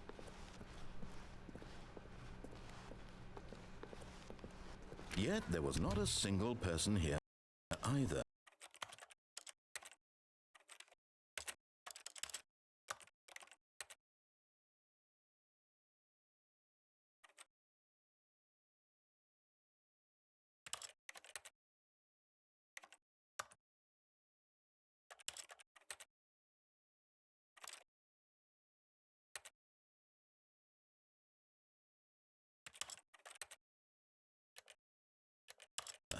Feeling a wave of disbelief, Stanley decided to go up to his boss's office. Hoping he might coming to a staircase, Stanley walked upstairs to his boss's office.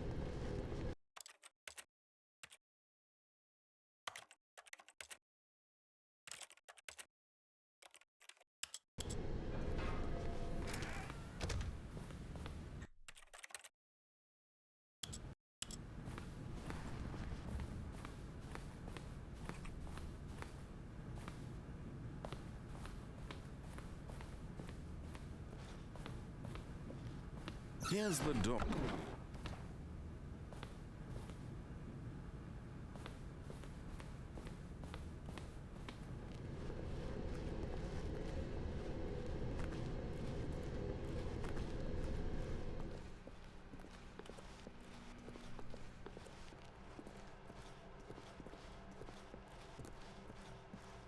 Yeah, this doesn't feel like it's supposed to happen this way. It feels like it's a glitch. That's for sure.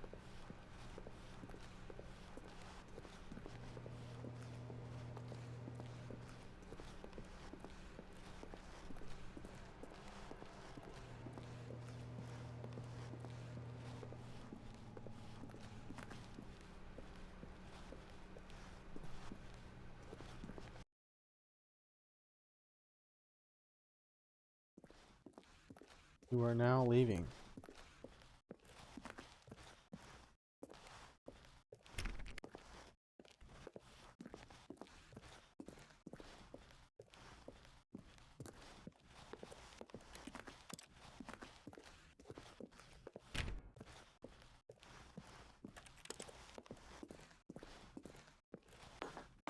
the fuck?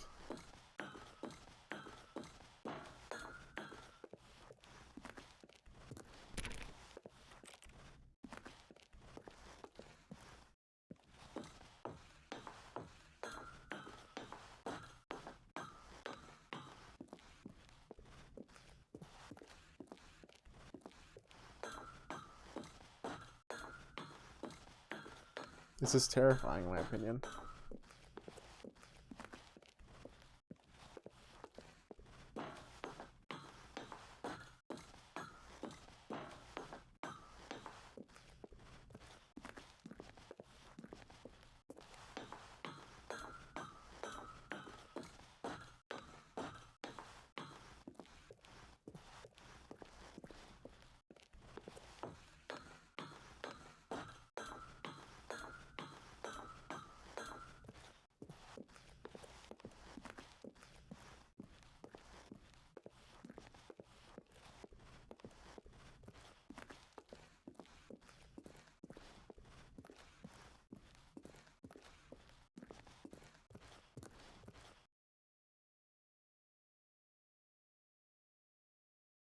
What the fuck?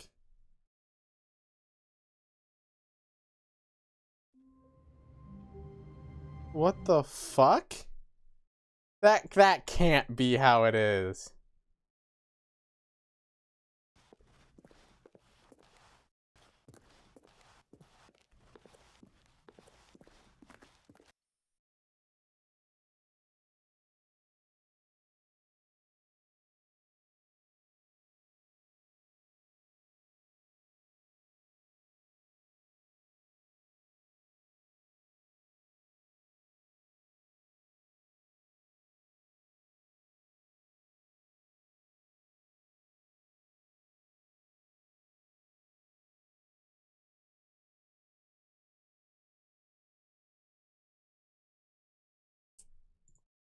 Okay. God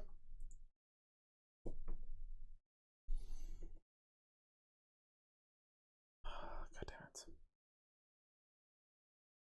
That wasn't the one I wanted.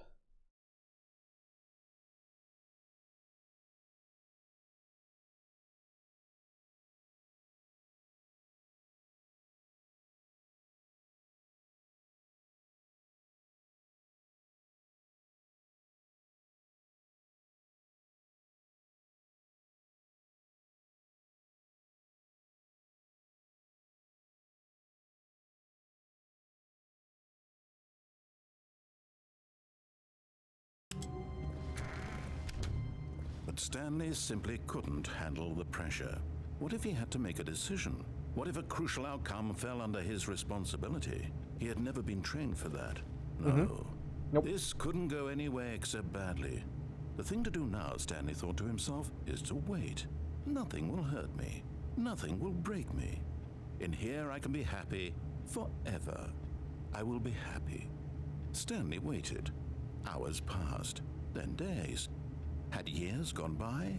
He no longer had the ability to tell. But the one thing he knew for sure, beyond any doubt, was that if he waited long enough, the answers would come. Eventually, someday, they would arrive. Soon, very soon now, this will end. He will be spoken to. He will be told what to do. Now it's just a little bit closer. Now it's even closer. Here it comes.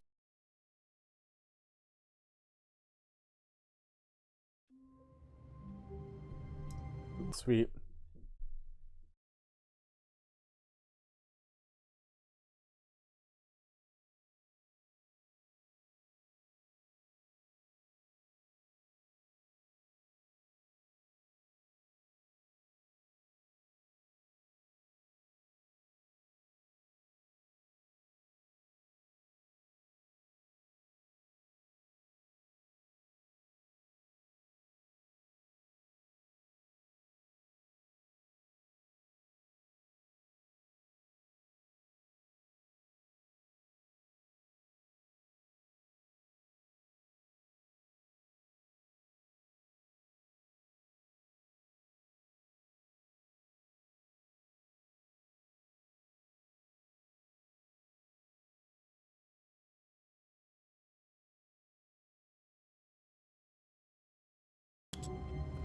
All of his co-workers were gone.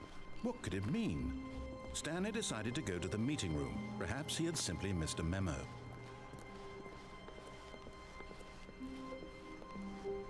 When Stanley came to a set of 2 open, this was not the correct way to the meeting room, and Stanley knew it perfectly well.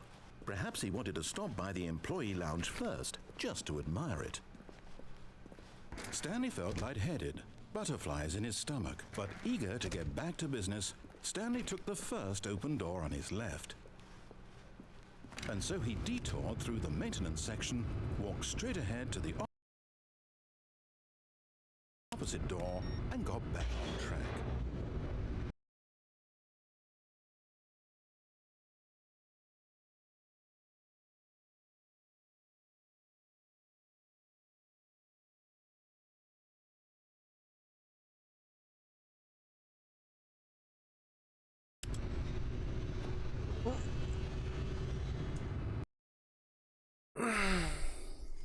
But Stanley didn't want to go back to the office. He wanted to wander about.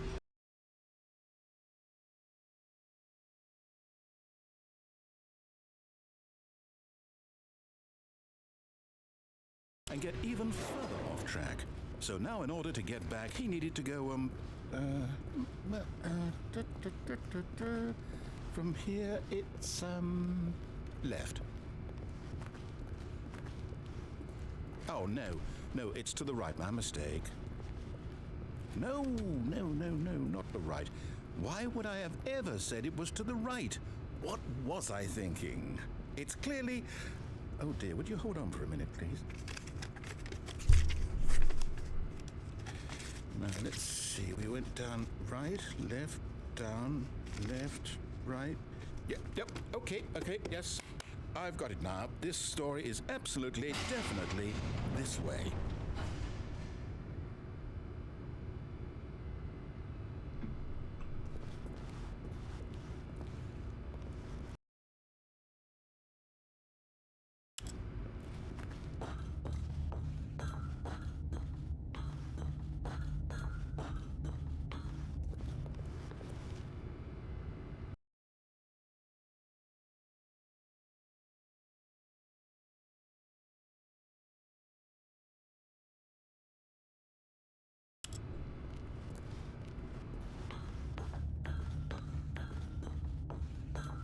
No.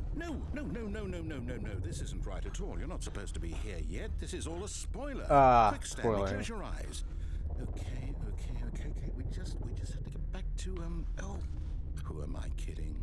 It's all rubbish now. The whole story completely unusable. How about, rather than waste my time trying to salvage this nonsense, we'll just restart the game from the beginning. And this time, suppose we don't wander so far off track, Okay, from the top.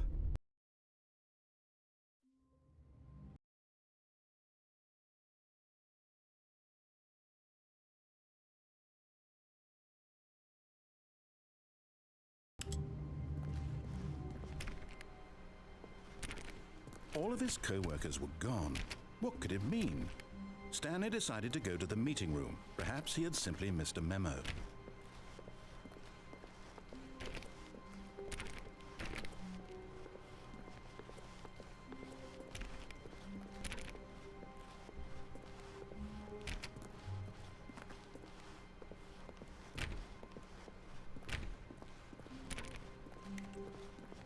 When Stanley... Wait, what? No, I restarted. I swear I definitely restarted the game over, completely fresh. Everything should be... Oh, did something change? Stanley, did you change anything when we were back in that room with all the monitors? Did you move the story somewhere or... Hold on. Why am I asking you? I'm the one who wrote the story. It was right here just a minute ago. I know for sure that it's here somewhere. Okay, then. It's an adventure. Come, Stanley. Let's find the story.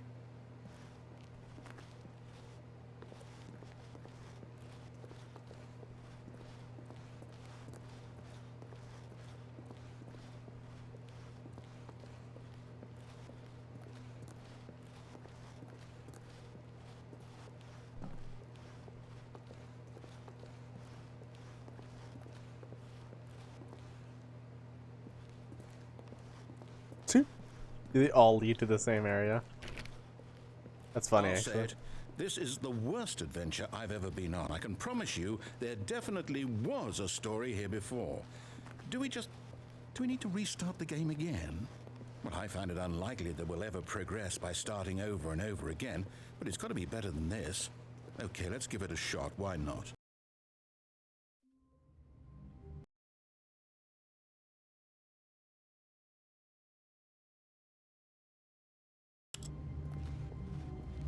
All of his co-workers were gone. What could it mean? Stanley decided to go to the meeting room. Perhaps he had simply missed a memo.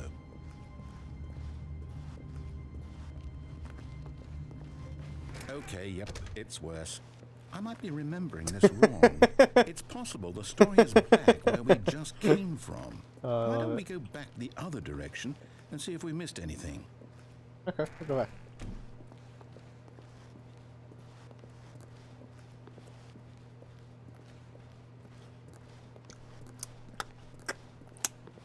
Aha! I knew we'd missed something. The story. Here it comes. No, wait. Never mind. Not the story. Okay, let's head back the other way and retrace our steps.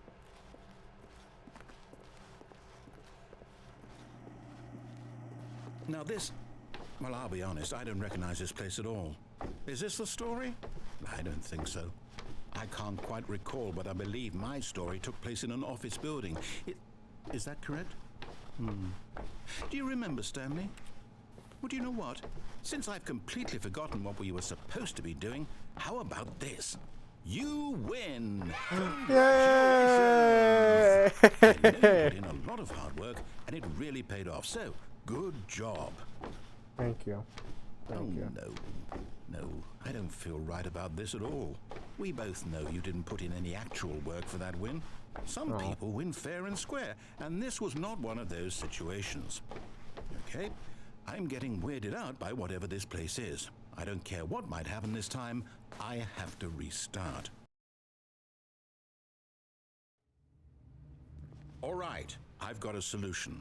This time, to make sure we don't get lost, I've employed the help of the Stanley Parable Adventure Line. Just follow the line. How simple is that?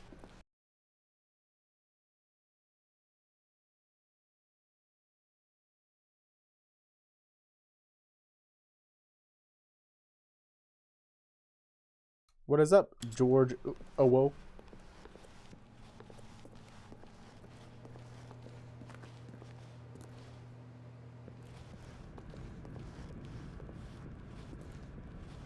You see?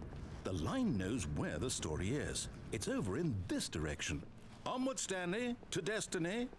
To Destiny. Here's a thought. Wouldn't wherever we end up be our destination, even if there's no story there? Or to put it another way, is the story of no destination still a story? Simply by the act of moving forward, are we implying a journey such that a destination is inevitably conjured into being via the very manifestation of the nature of life itself? Whoa. Hang on. That got a bit weird back there. Well, I'd like to apologize. Not sure where I was going with all that. You know what? I think what we need right now is a bit of music to lighten the mood. Oh my god.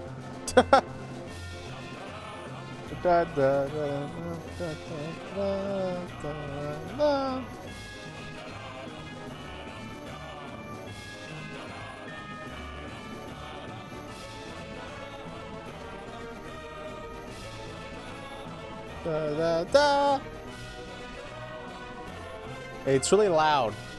I'm sorry if it's loud.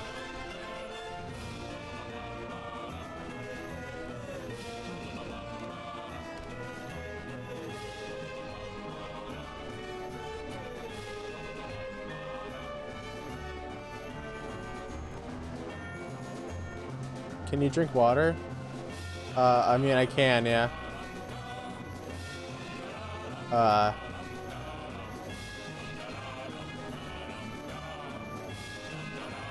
It just won't be on webcam, is all. Because Got the music. Yep, Go back there you and go. look at that fern. That fern?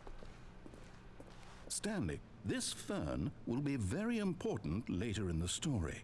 Make Okay. sure you study it closely and remember it carefully. You Okay. won't want to miss anything. Okay.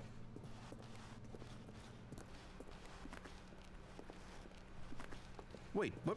We're back at the office? No, no. Line, you do know we're looking for the Stanley Parable, right? The story? Is any of this ringing a bell? Oh. No. Come on, Line, how could you have done this to us? And after we trusted you, after everything we we've did been trust you, through, yeah. You... Oh, I can't take this anymore. To hell with it. Restart.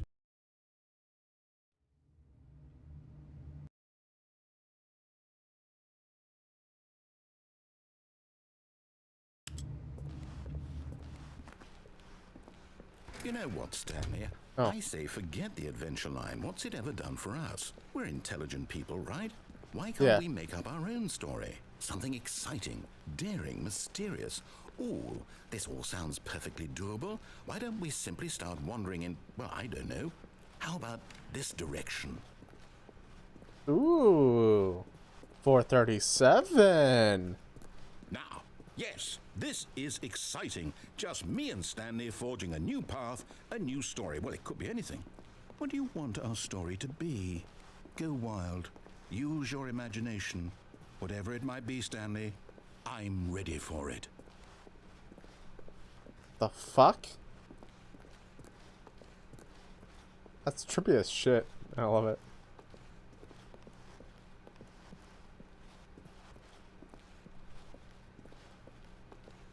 Oh, no, not you again. Stanley, I'd also like to veto the line from having any role in our awesome new story. No lines or monitor rooms. Just don't acknowledge it, and we should be fine. I love the line though. I love it. I love how it like smashes through shit too. Ah, a choice. We get to make a decision. From here, the story is in our control. How important we mustn't squander the opportunity. In fact, I believe I need a minute to think here. Just walk in circles for a minute. Okay, so I know that each door has to lead somewhere, which means that somewhere at the place where we're trying to go, there must be a reverse door that leads here. And that in turn means that our destination corresponds with the counter-inverted reverse door's origin. So starting from the right, let us ask, will taking the right door lead us to where we're going? And since the answer is clearly yes, then by all accounts, the door on the right is the correct one. Another victory for logic. Come, Stanley, our destiny awaits.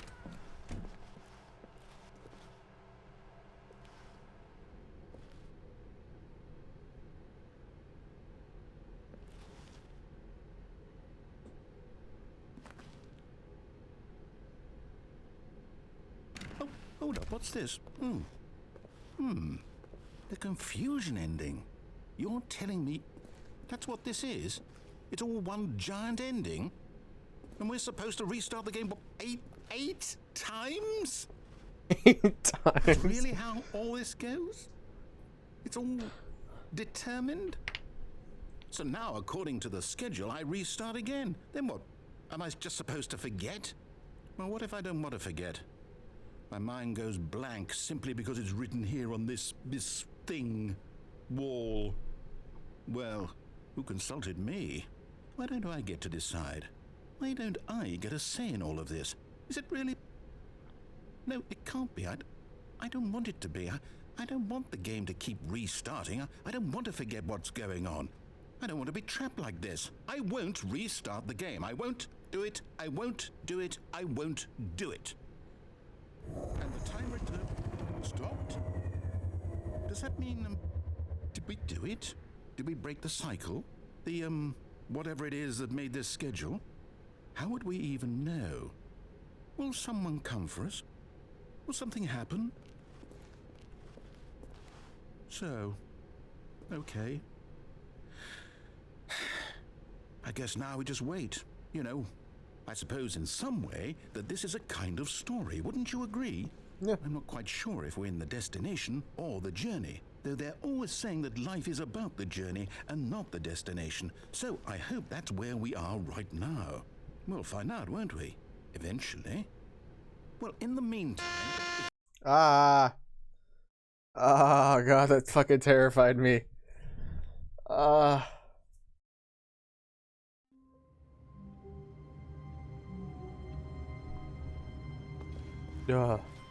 All of his co-workers were gone. What could it mean? Stanley decided to go to the meeting room. Perhaps he had simply missed a memo.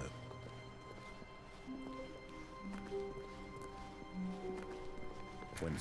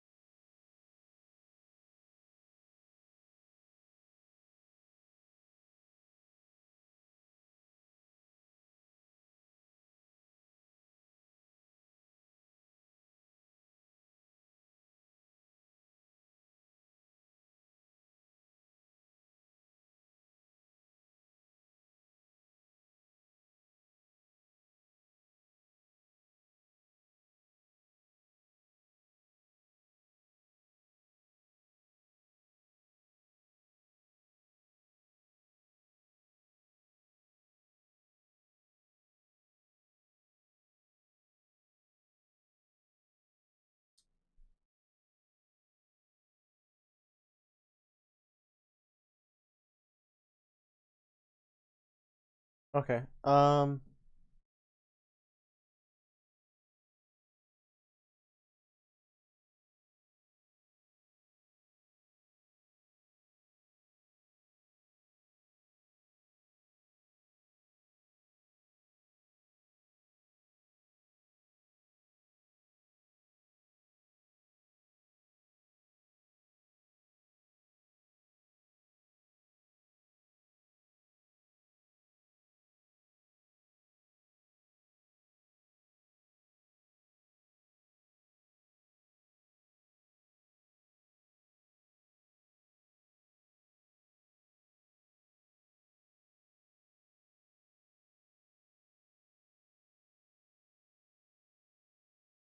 On to the Stanley catalog. came to a set of 2 open doors, this was not the correct way to the meeting room, and Stanley knew it perfectly well.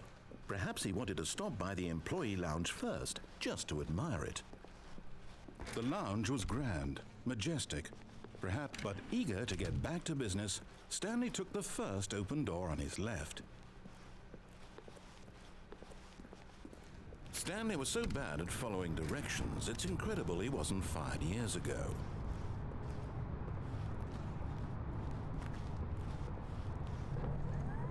Look, Stanley, I think perhaps we've gotten off on the wrong foot here. I'm not your enemy, really, I'm not. I realize that investing your trust in someone else can be difficult, but the fact is that the story has been about nothing but you all this time. There's someone you've been neglecting, Stanley.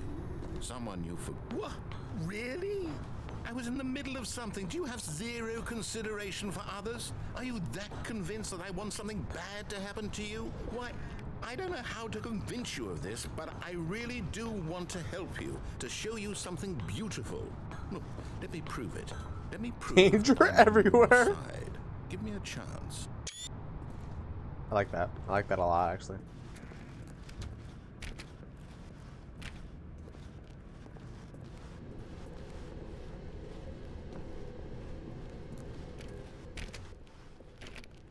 Now listen carefully, this is important. Stanley walked through the red door.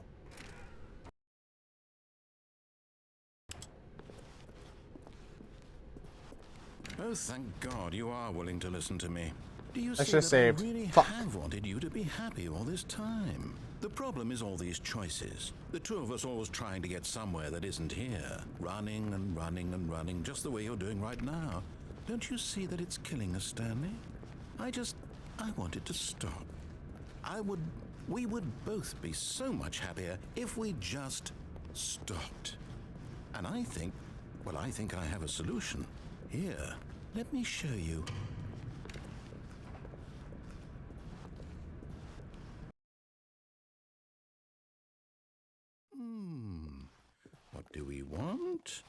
What are we looking for? Here. Yes. Oh, it's beautiful, isn't it? If we just stay right here, right in this moment with this place, Stanley, I think I feel happy. I actually feel happy.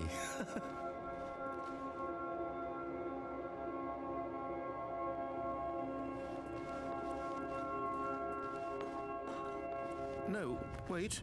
Where are you going? Oh no. Stay away from those stairs. If you hurt yourself, if you die, the game will reset. We'll lose all of this.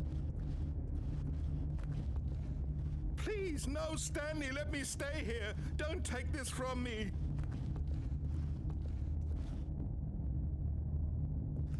No! Oh, thank God. No. No, what are you doing, Stanley? Please, I'm asking you not to take this away from me. I can't go back to what I was before. If you die, we'll both go back. Why are you doing this? Stanley, let's go back to the other room. My God, is this really how much you dislike my game? That you'll throw yourself from this platform over and over to be rid of it? You were literally willing to kill yourself to keep me from being happy. Oh, the situation correct. that's so sad. Or maybe you're just getting a kick out of it. I don't know anymore. I just wanted us to get along. But I guess that was too much to ask. It looks like you wanted to make a choice after all. Well, this one is yours. Is it over? It's going to restart, isn't it? I'm going back.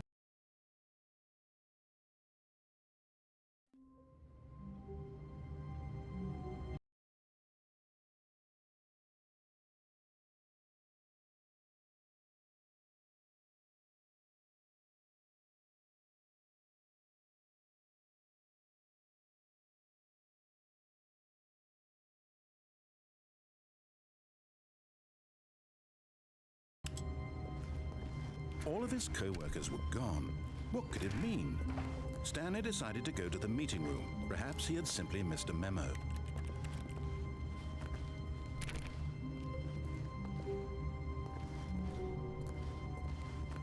Stanley went around touching every little thing in the office, but it didn't make a single difference, nor did it advance the story in any way. When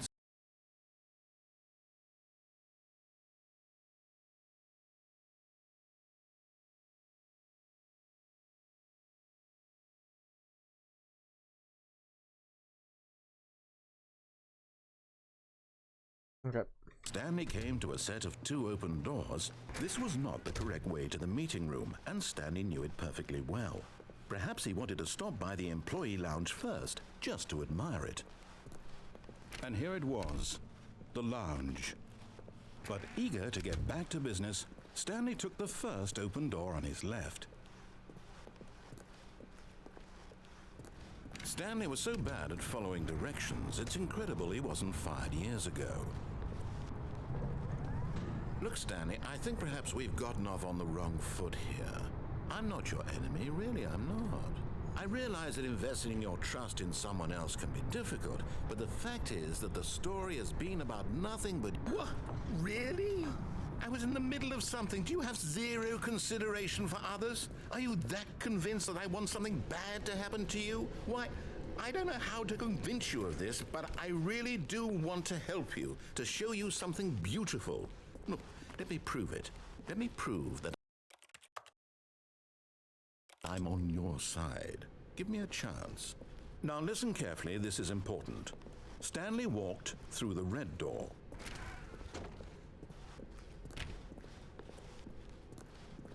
Aha, perhaps you misunderstood. Stanley walked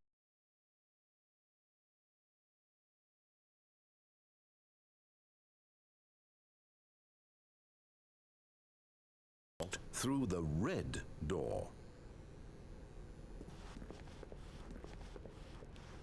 I still don't think we're communicating properly. Stanley walked through the red door. All right, fine. Go ahead, Stanley. You want to know so badly what's out there? You want to find out what lies at the end of this road you've chosen? Well, don't let me stop you. You see? There's nothing here. I haven't even finished building this section of the map because you were never supposed to be here in the first place. Broken rooms, exposed developer textures. Is this what you had wanted? Was it worth ruining the entire story I had written out specifically for you? Do you not think I put a lot of time into that? Because I did. And in the end, it was all for nothing. Because this is what you wanted to see.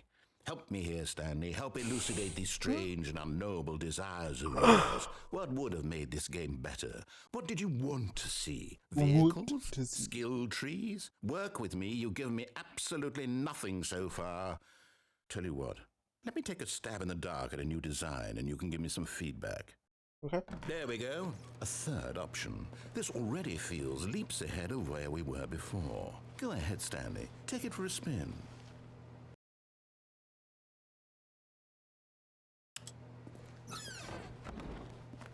Okay, I'm going to stop you there. Now, tell me about your experience with this new version.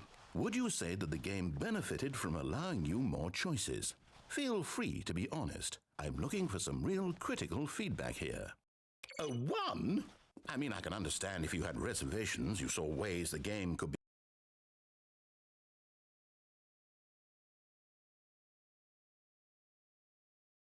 be improved to more fully express itself mechanically and artistically, but a 1? That's not even helpful. What am I supposed to do with that? But I guess it isn't my place to judge. Here, based on the data from your previous playthrough, I've compiled a new version. And to be perfectly candid, I think I've knocked it out of the park with this one. Let's take a look.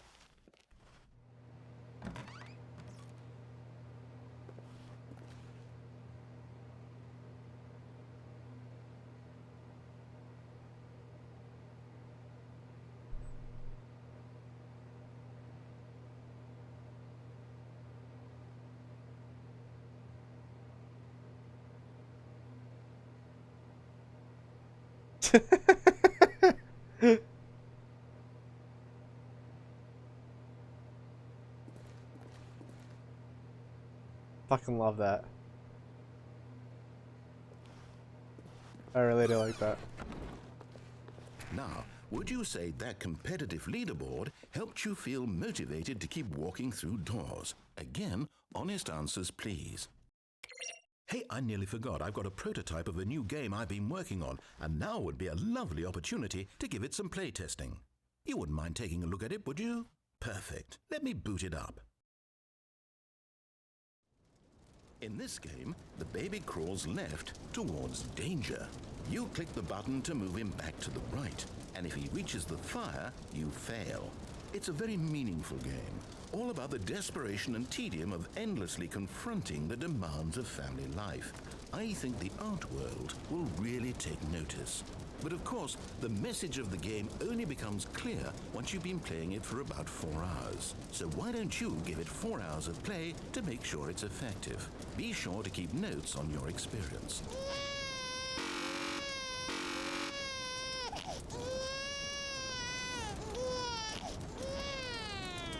You heartless bastard. Did you do it because you hate babies or purely Yes. to spite me? Yes. Because if it's the latter, well, I don't know what to do. I'm completely out of ideas. I can't think of a single thing that might improve the experience for me. I'm not even going to try. I'm out. I'm done. It's over. Thank you for playing. Your input was extremely valuable. Oh, hey, since my game was so awful, why don't we play someone else's game? Just to ease the pain. Let's see. What do we have here? Yes, this seems like it'll work. Let's give it a shot.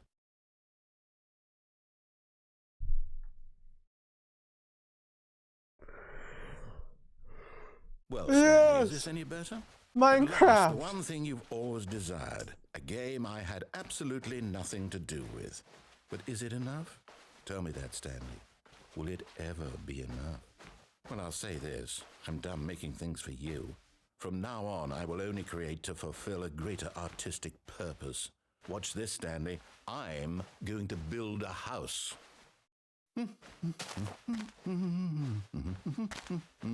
This will go here, no, here, and then.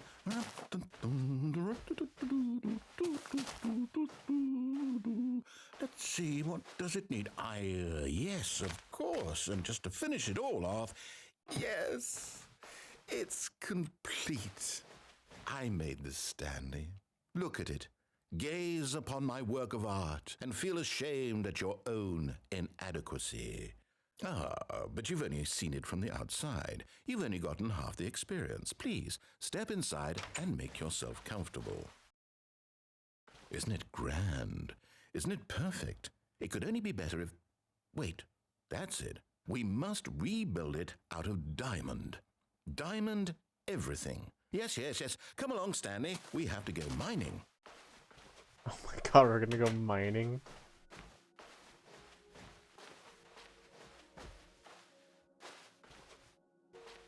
Oh my, it looks like it's going to get a bit dark. Have you brought a light?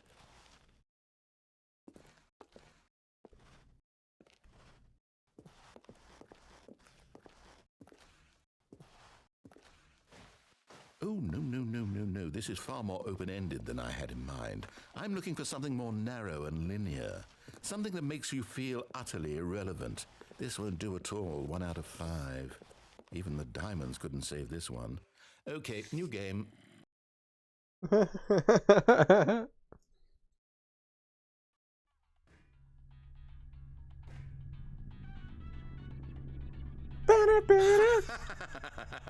Yes! I don't even know what this game is, but I love it.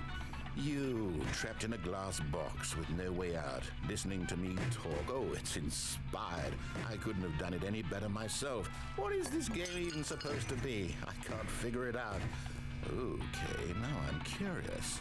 Let's go find out what the hell this is.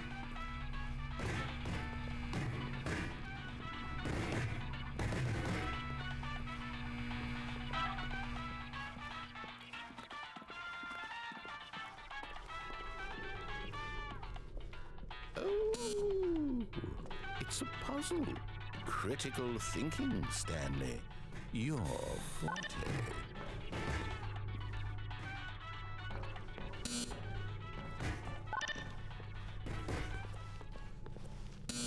Genius.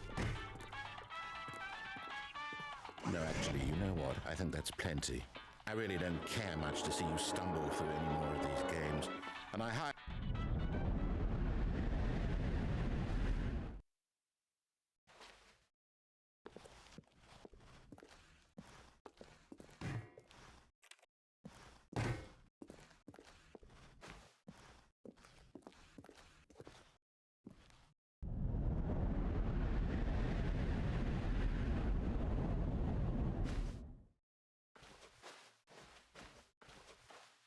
This is the developer backrooms.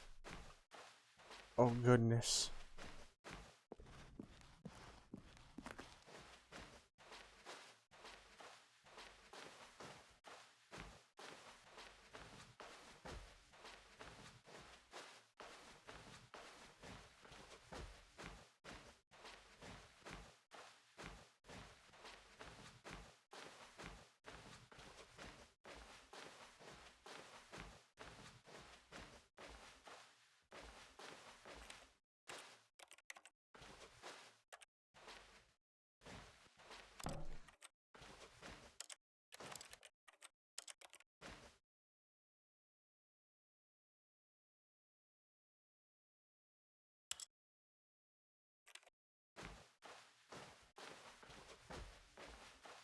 Oh, so this is it. I could just... Oh. I wonder what he found. If what he wanted was to be the leading man in his own story, well, perhaps he's gotten it. Down in wherever he is right now. I wonder if he's happy with his choice, and if he's learned the heavy cost that comes with it. He'll understand soon what I was trying to tell him. He needs me.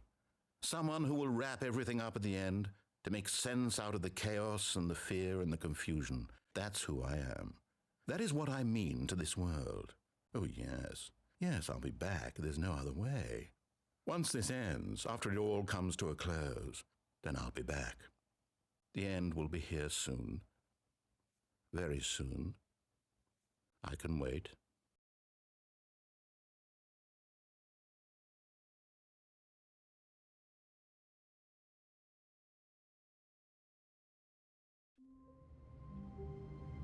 Nice.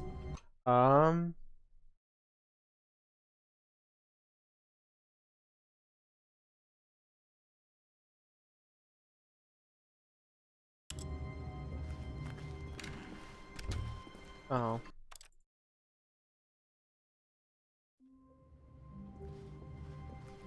All of his co-workers were gone. What could it mean? Stanley decided to go to the meeting room. Perhaps he had simply missed a memo. No matter how hard Stanley looked, he couldn't find a trace of his co-workers.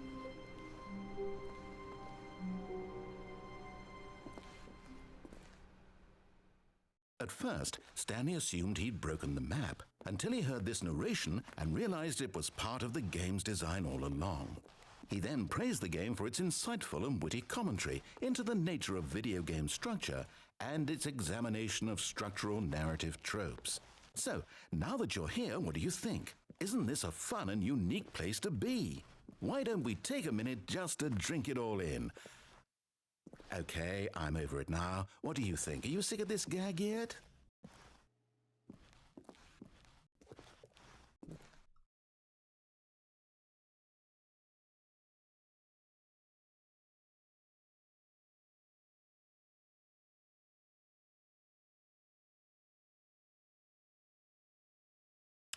Ah, then in that case, we'll continue. But now, here comes the real question. What do you think would have happened if you had told me that you wanted this to stop? Do you think it would have been particularly different? Would I have taken the same idea but rephrased it superficially to fit that answer? Perhaps you never would even have thought of it if I hadn't brought up the issue in the first place. Oh, now think about it. Will it be worth it for you to restart and then come back here just to do the other option? Clearly, this whole gag takes some time. What if the other option is even longer? How long will you spend in total just to have heard all the narration? Oh, and this is rich. Perhaps you've just played the other option, and now you've come to see what happens in this one. So, what do you think? Which choice was the better one? Imagine if you had selected continue on your first playthrough, how tantalizing it would be not knowing what happens when you pick the other option. Indeed, you are one of the lucky ones. Though if the other option is really miserable to listen to, then perhaps you're not. In fact, I'm just going to say that no one who's listening to this is lucky.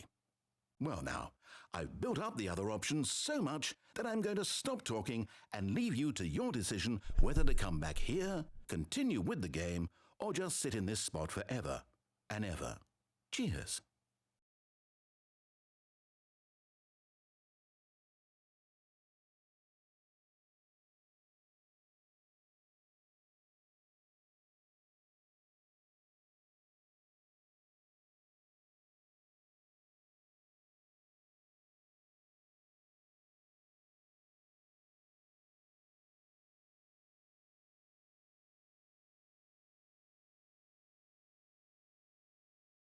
Hmm.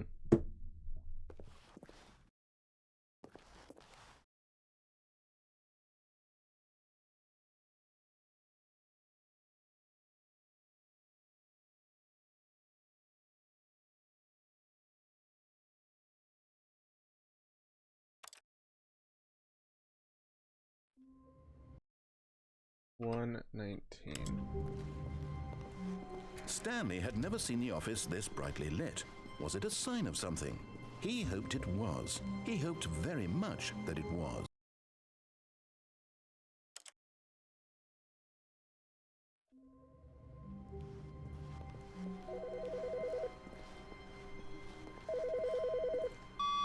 Hello. This is a recorded message scheduled either by you or a person in your place of work. The purpose of this message is to warn you about the dangers of recorded messages. If at any time you believe you are listening to a recorded message, please terminate it immediately and cease all flow of information from the recorded message into your perceptual sphere. Thank you, and have a pleasant day.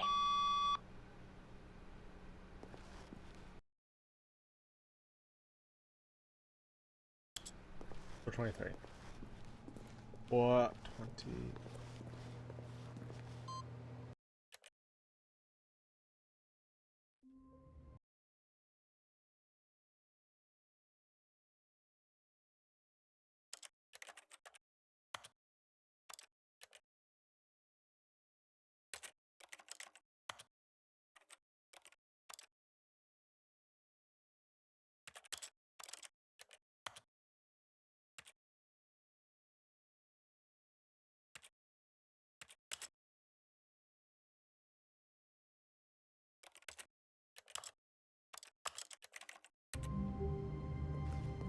All of his co-workers.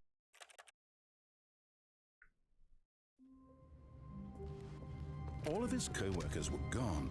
What could it mean? Stanley decided when Stanley came to a set of 2 open doors, he entered the door on his left.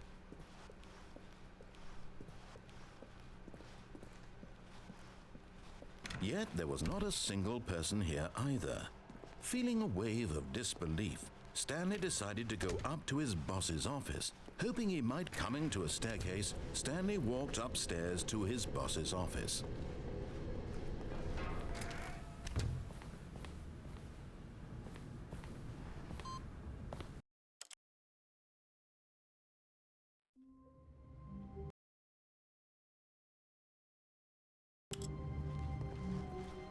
Stanley had never seen the office this brightly lit. Was it a sign of something? He hoped it was. He hoped very much that it was.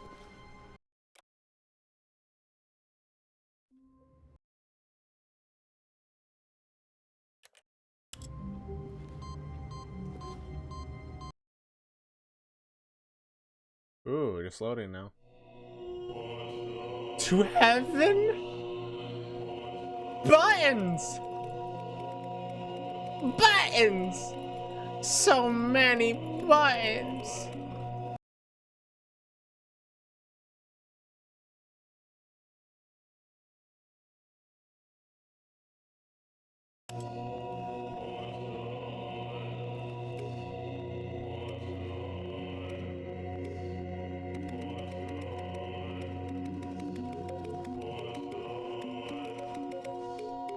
Okay. That's it. I guess I did all of them.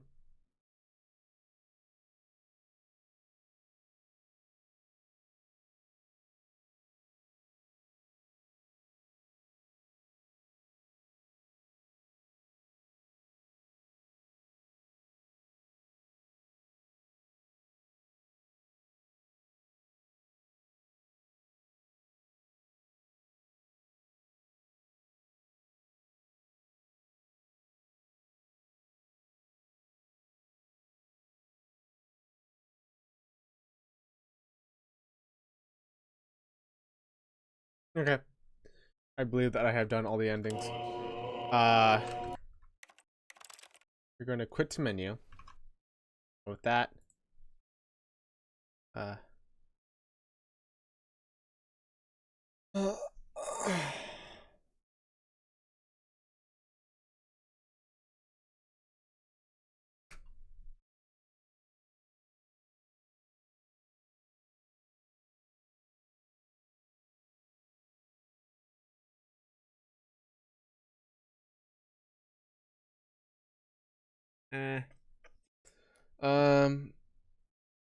So I probably won't stream anymore. I streamed for a pretty good time.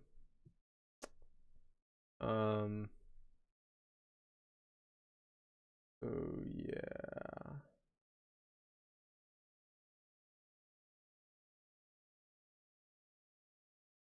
Okay.